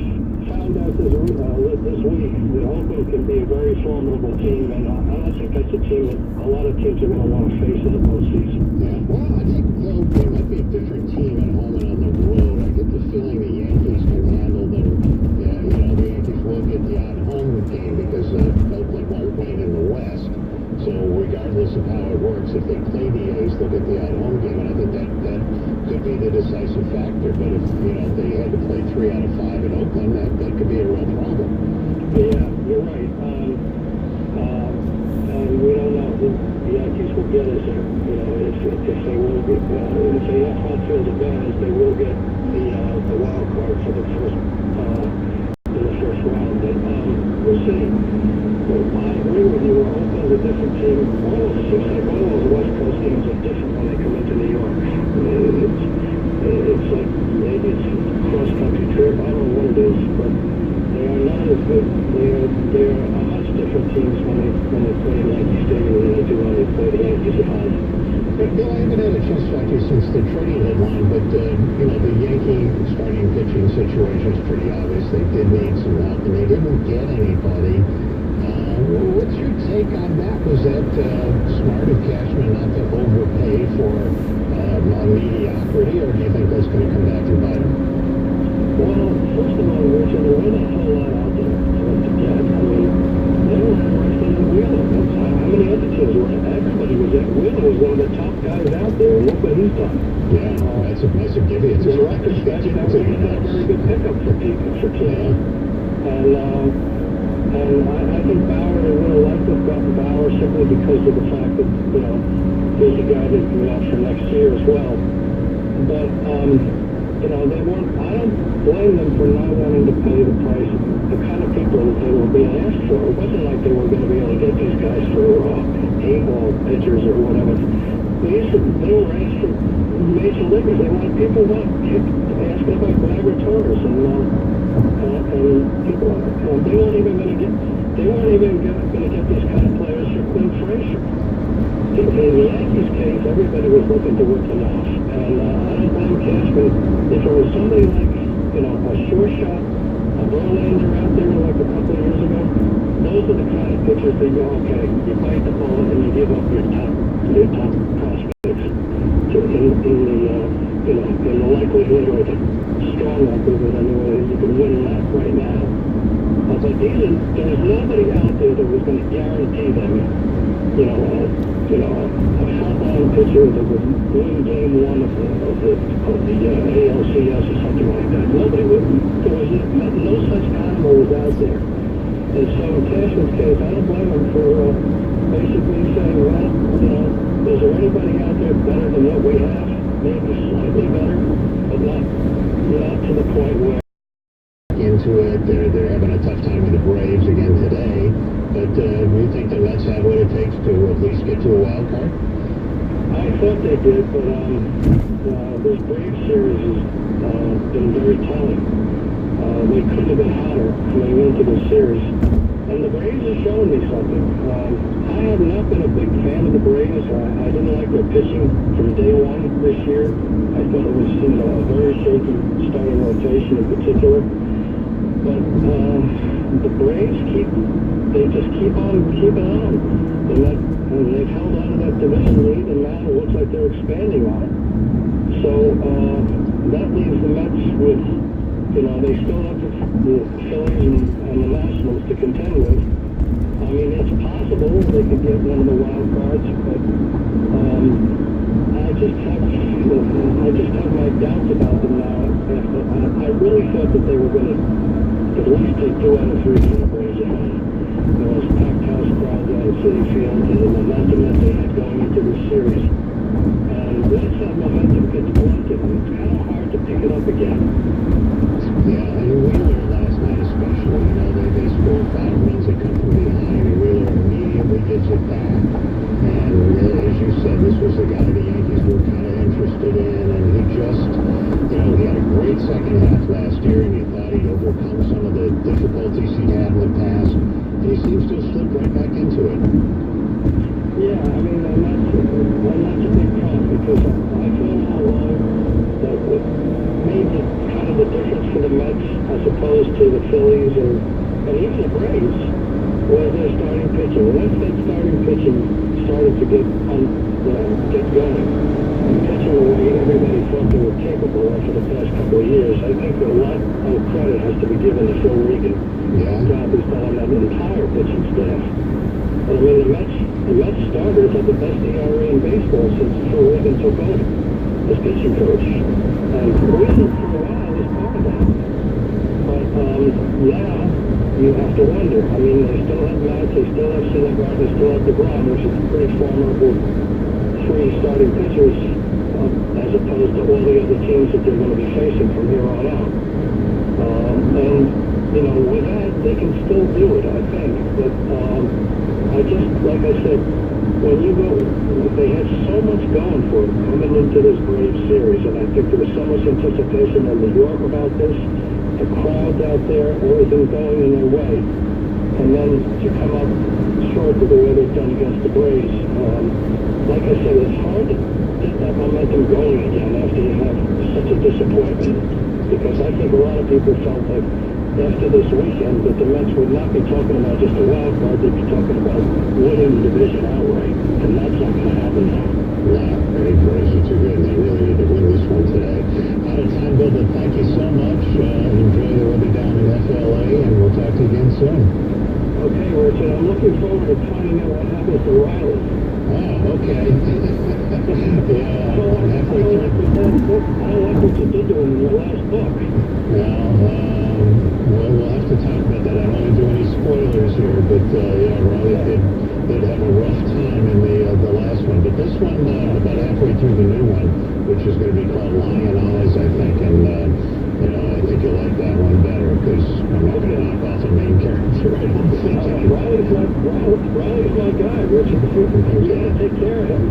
All right, I'll keep him intact. Thank you, Bill. Okay. Bill Madden, of course, Hall of Fame baseball writer with the Daily News, and just covering it for years and years and years and doing a great job. And he doesn't like the new U's either. 877-337-6666. Your call's coming up. It's time. A new law gives survivors of childhood sexual abuse a chance to take legal action. Jeff Anderson and Associates is one of the nation's leading child sex abuse law firms. Call confidentially at 1-800-ITS-TIME. Jeff Anderson and Associates, 52 Wayne Street, New York, New York. Hard Rock Hotel and Casino Atlantic City wants to make you a millionaire. $1 million. One winner guaranteed. Play your favorite spots and table games all summer long to earn entries. And on September 1st, one grand prize winner will be drawn to win $1 million. Only at Hard Rock Hotel and Casino Atlantic City. For details, visit hardrockhotelatlanticcity.com. Bet with your head, not over it. Gambling problem? Call 1-800-GAMBLER. Must be 21. Some restrictions apply. Tom Bear Tire became Wyoming's #1 discount tire dealer by giving you the absolute lowest prices guaranteed. And with 96 stores from Connecticut to Maine, we'll beat anybody's price. And we mean anybody. Other dealers, we beat them. Warehouse clubs, we beat them. Online sites, we beat them all. Every day. So remember, for the absolute guaranteed lowest price on name brand tires, nobody beats Town Fair Tire. Nobody.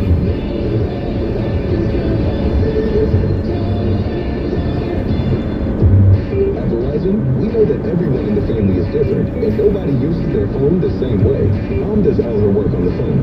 Dad's all about streaming, and the kids, they're more into gaming. That's why Verizon lets everyone in the family mix and match. And now with more unlimited plans, everybody gets what they need without paying for the things they don't. These plans start at $35 per line per month with 4 lines on Start Unlimited. Plus, switch now and get up to $650 per line for our best phones with select trade-in. The network more people rely on gives you more.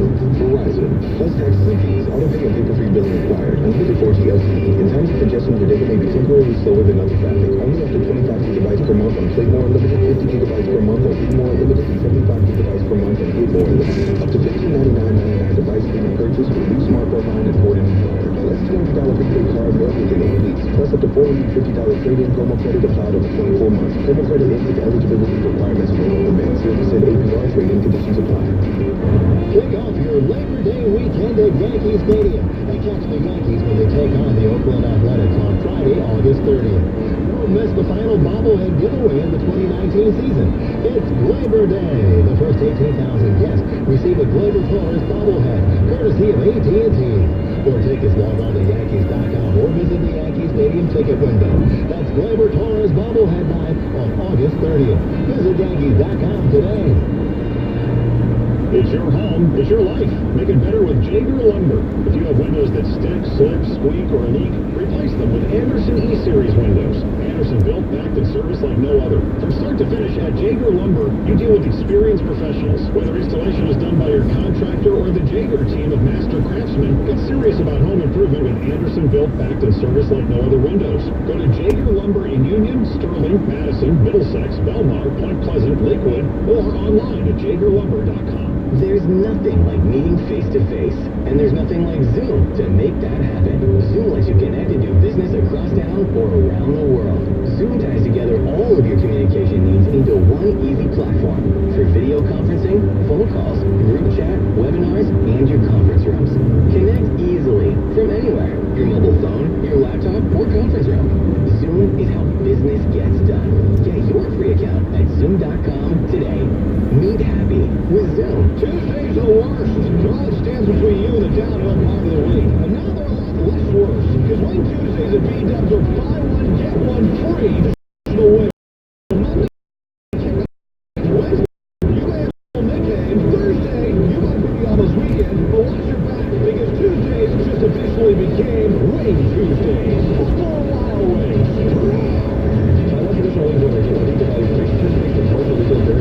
Check in with your favorite Buffalo Wild Wings to learn more about this offer. Listen each week for the Holy Name Medical Center's Healthy Living Update, airing Friday, Saturday, and Sunday mornings. Brought to you by Holy Name Medical Center in Teaneck, New Jersey. College and pro football are about to kick off their seasons. Baseball is heading towards the playoffs. The best time of year is almost here. Right now, with DraftKings Sportsbook, America's top-rated sportsbook app, you can get in on all the action with their best offer yet. For a limited time, when you sign up. For a limited time, all new and existing users to get a risk-free bet up to $200 only at DraftKings. Empowers patients to become linear. And he just got a base hit and he's on first base. So there you go. Well, looks like Lagares is grounded into a double play, so it doesn't matter. I should tell you how Lagares is awful too. But, the Mets are now in the bottom half of the fifth inning, 2 outs. Dallas Keuchel is having his way with them. He's had a couple of double plays, and the Mets just are not hitting. And he's throwing, his top speed fastball is 90 miles an hour. It's not velocity. You see, that's the thing. He's got a nice slider going, and he's keeping them off balance, and they're just not getting the job done offensively. Now, we've heard forever that, the Braves bullpen, not so good. Well, they went how many innings on Friday night without giving up a run, and got the Mets out there. And last night, after the starter goes out, after Myers goes out, the bullpen comes in and gets the job done for the Braves. Not so for the Mets. So bottom line is, they lose a couple of games that they really needed, if you listen to Bill Madden, really needed to win. And they're down 1-0 in this game and not showing much signs of life. And Keuchel has only thrown 61 pitches now to 2 outs in the bottom half of the fifth. So he's going to be in there for a while, and they're not going to get to that Brave bullpen. And even if they do, the Brave bullpen has been better than advertised. So this is going to be a very, very tough weekend for the Mets if they can't turn it around and pull this one out today. Telephone number is 877-337-6666, and we do have wide open telephone lines right up until 3 o'clock. And Chris Morris will give us a call. We've got Yankees versus umpires. We've got Andrew Luck's retirement and the fan reaction to it. And Mets issues, anything else on your mind sports-wise, that's what we're here for. Let's go to Richard in Valley Stream. You're on the Fan. Richard? This is Richard. Let me know that you're talking to a much older person. I'm 79 years old, and I'm still very into the sport. Well, when you say much older, it's relative because you're much younger than Phil Regan, the Mets pitching coach. So there. Very true. I think you do a very good job. He has, yeah. I think, according to what you've been saying, and most of your comrades in the place there saying, that a lot of the teams have trouble with relief pitching. And I was wondering if they would make relief more they're making it more and more important why they don't start paying them more and making some of these realistic starters who really aren't as good want to go to relievers. Why would I want to be a reliever when there isn't much money in it, when even a bad starter probably makes more than a decent reliever? Well, I mean, the closers make money, but you're right. The setup guys, generally you can get them for $2, $3, $4 million bucks. They don't get a lot of money, but they're very important. You know, what's interesting is the website 538.com that made Silver runs. For the first time in, I don't know, something like 40 years, the starters are better than the bullpen guys. That the relief pitching, the ERA for the relievers has sunk. It is actually higher than for the starters this year. And more bullpen guys coming out, and that there aren't that many really good guys, as you say. And you're seeing, because of the talent level is thinned, and there are 13 pitchers, 12 pitchers on the roster, that you're getting lesser pitchers in the bullpen, and they're giving up more runs. You also think that wondering, a lot of these pitchers I see don't look like they can pitch anymore. All they do is throw the ball 98, 99 miles an hour, but they don't seem to me to be able to pitch this. What do you think? My arm is hurting.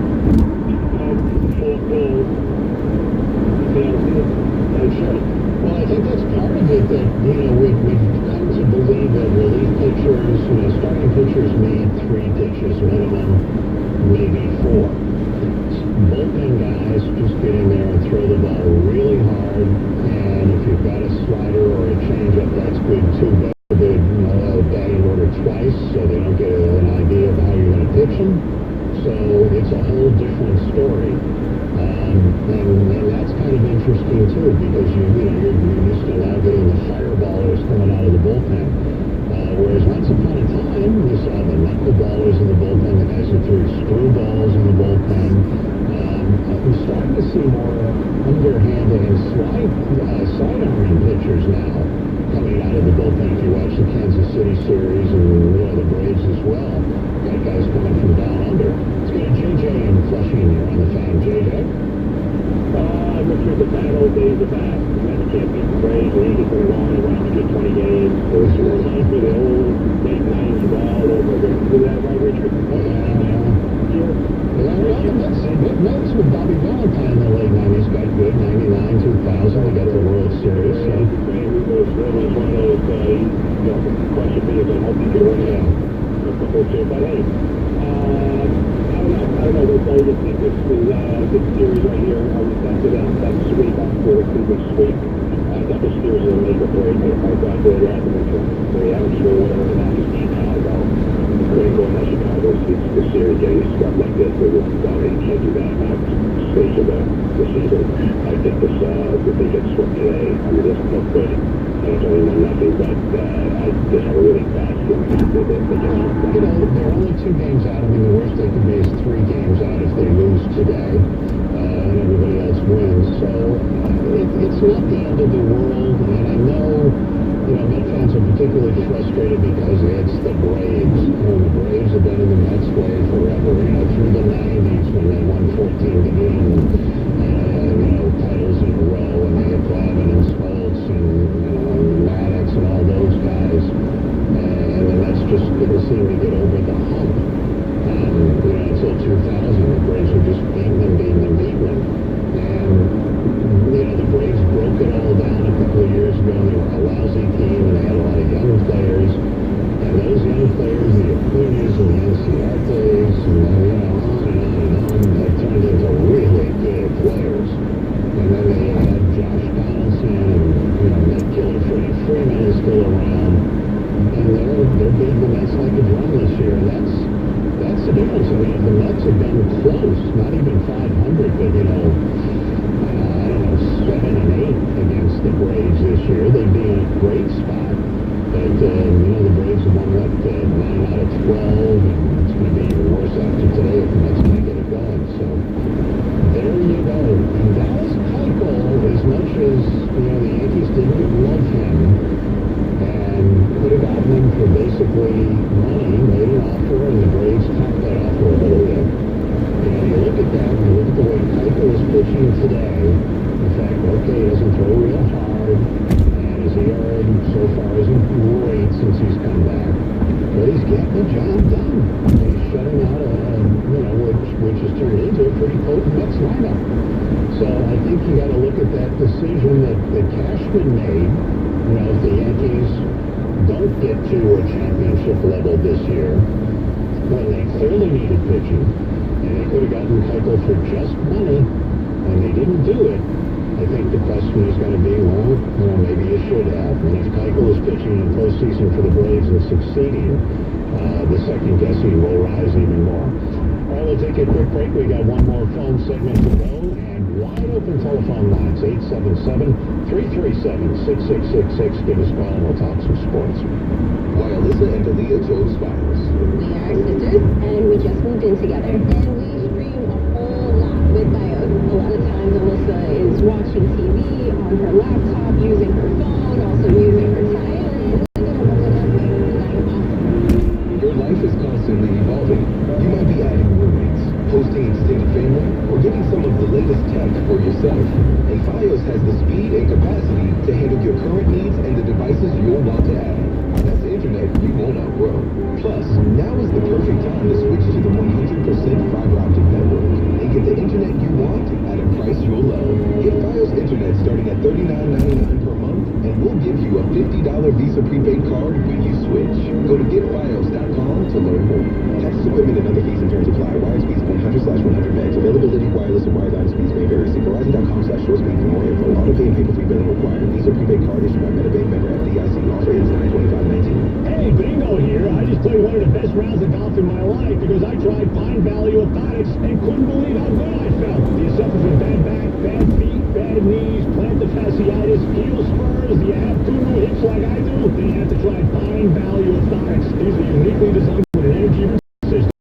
Down there, $99. They'll change your life. Visit PineValleyOrthotics.com. It's finally here, let me tell you. It is really epic. The Hyundai Epic Summer Clearance Event. Right now at Kerry Hyundai, you're going to find out just what the word epic means. Lease your new 2019 Hyundai Tucson SE all-wheel drive for just $199 a month. $199 a month? That is epic. 36 short months, 1919 due at signing, plus tax, tags, motor vehicle fees. At Kerry Hyundai, you always get fair and honest pricing. Discover the difference on Route 6 in Corley Manor next to Coles, or click KerryHyundai.com. Celebrating 100 years, family owned and operated since 1919. That's why there's never a worry when you hurry to Curry. And remember, your new Hyundai comes with America's best warranty, a 10-year, 100,000-mile powertrain warranty and Hyundai assurance. For full offer details, call 866-948-3617. Offers at 9/3/2019. You're a small business owner, and there's nothing small about what you do. That's why Dell Small Business Technology Advisors can give you trusted advice, one-on-one partnership, and tailored tech solutions, like computers with Intel Core processors, servers, storage, networking, plus thousands of top-brand electronics, accessories, and software. No matter your technology needs, Dell is here to help your small business do big things. Call 877-BUY-DELL to speak with an advisor today. That's 877-BUY-DELL. At Westin Hotels and Resorts, our entire reason for being is your well-being, which is why our wellness offerings are curated with one thing in mind: you. And each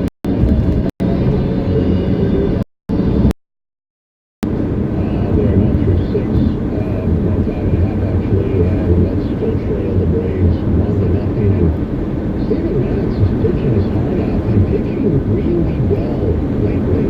Now, they've got Stroman up next, and Stroman has been, somewhat disappointing so far for the Mets. He hasn't given them very much length.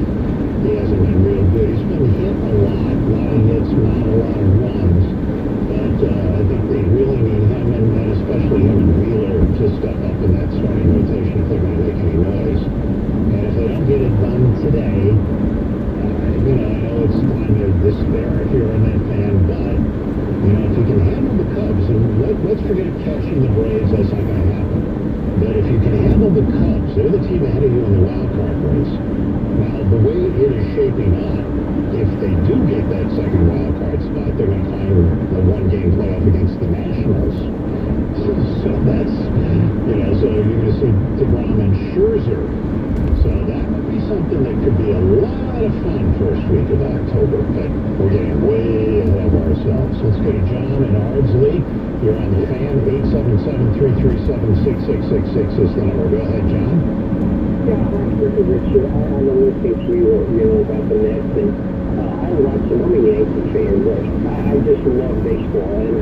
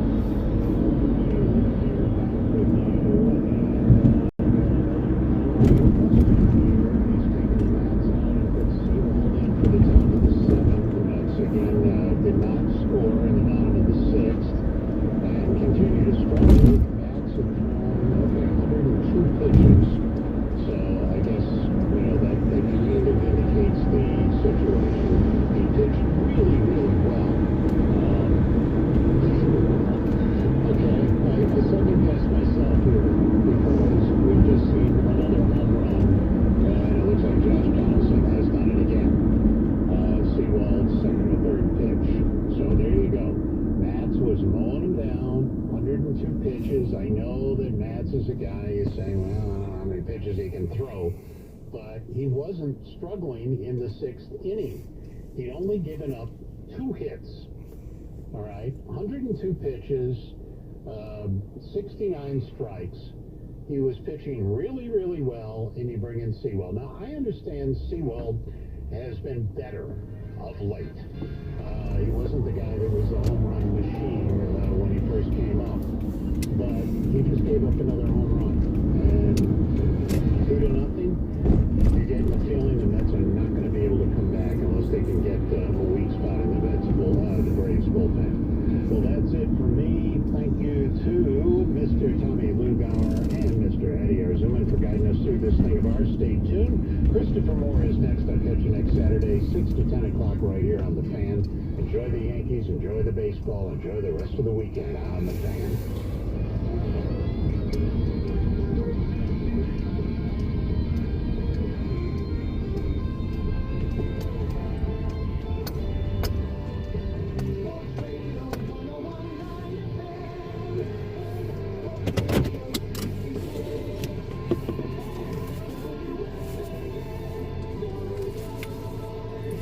Listen to Yankees baseball tonight at 6:25 as the Bronx Bombers wrap up their weekend interleague series with the Dodgers. Then coming up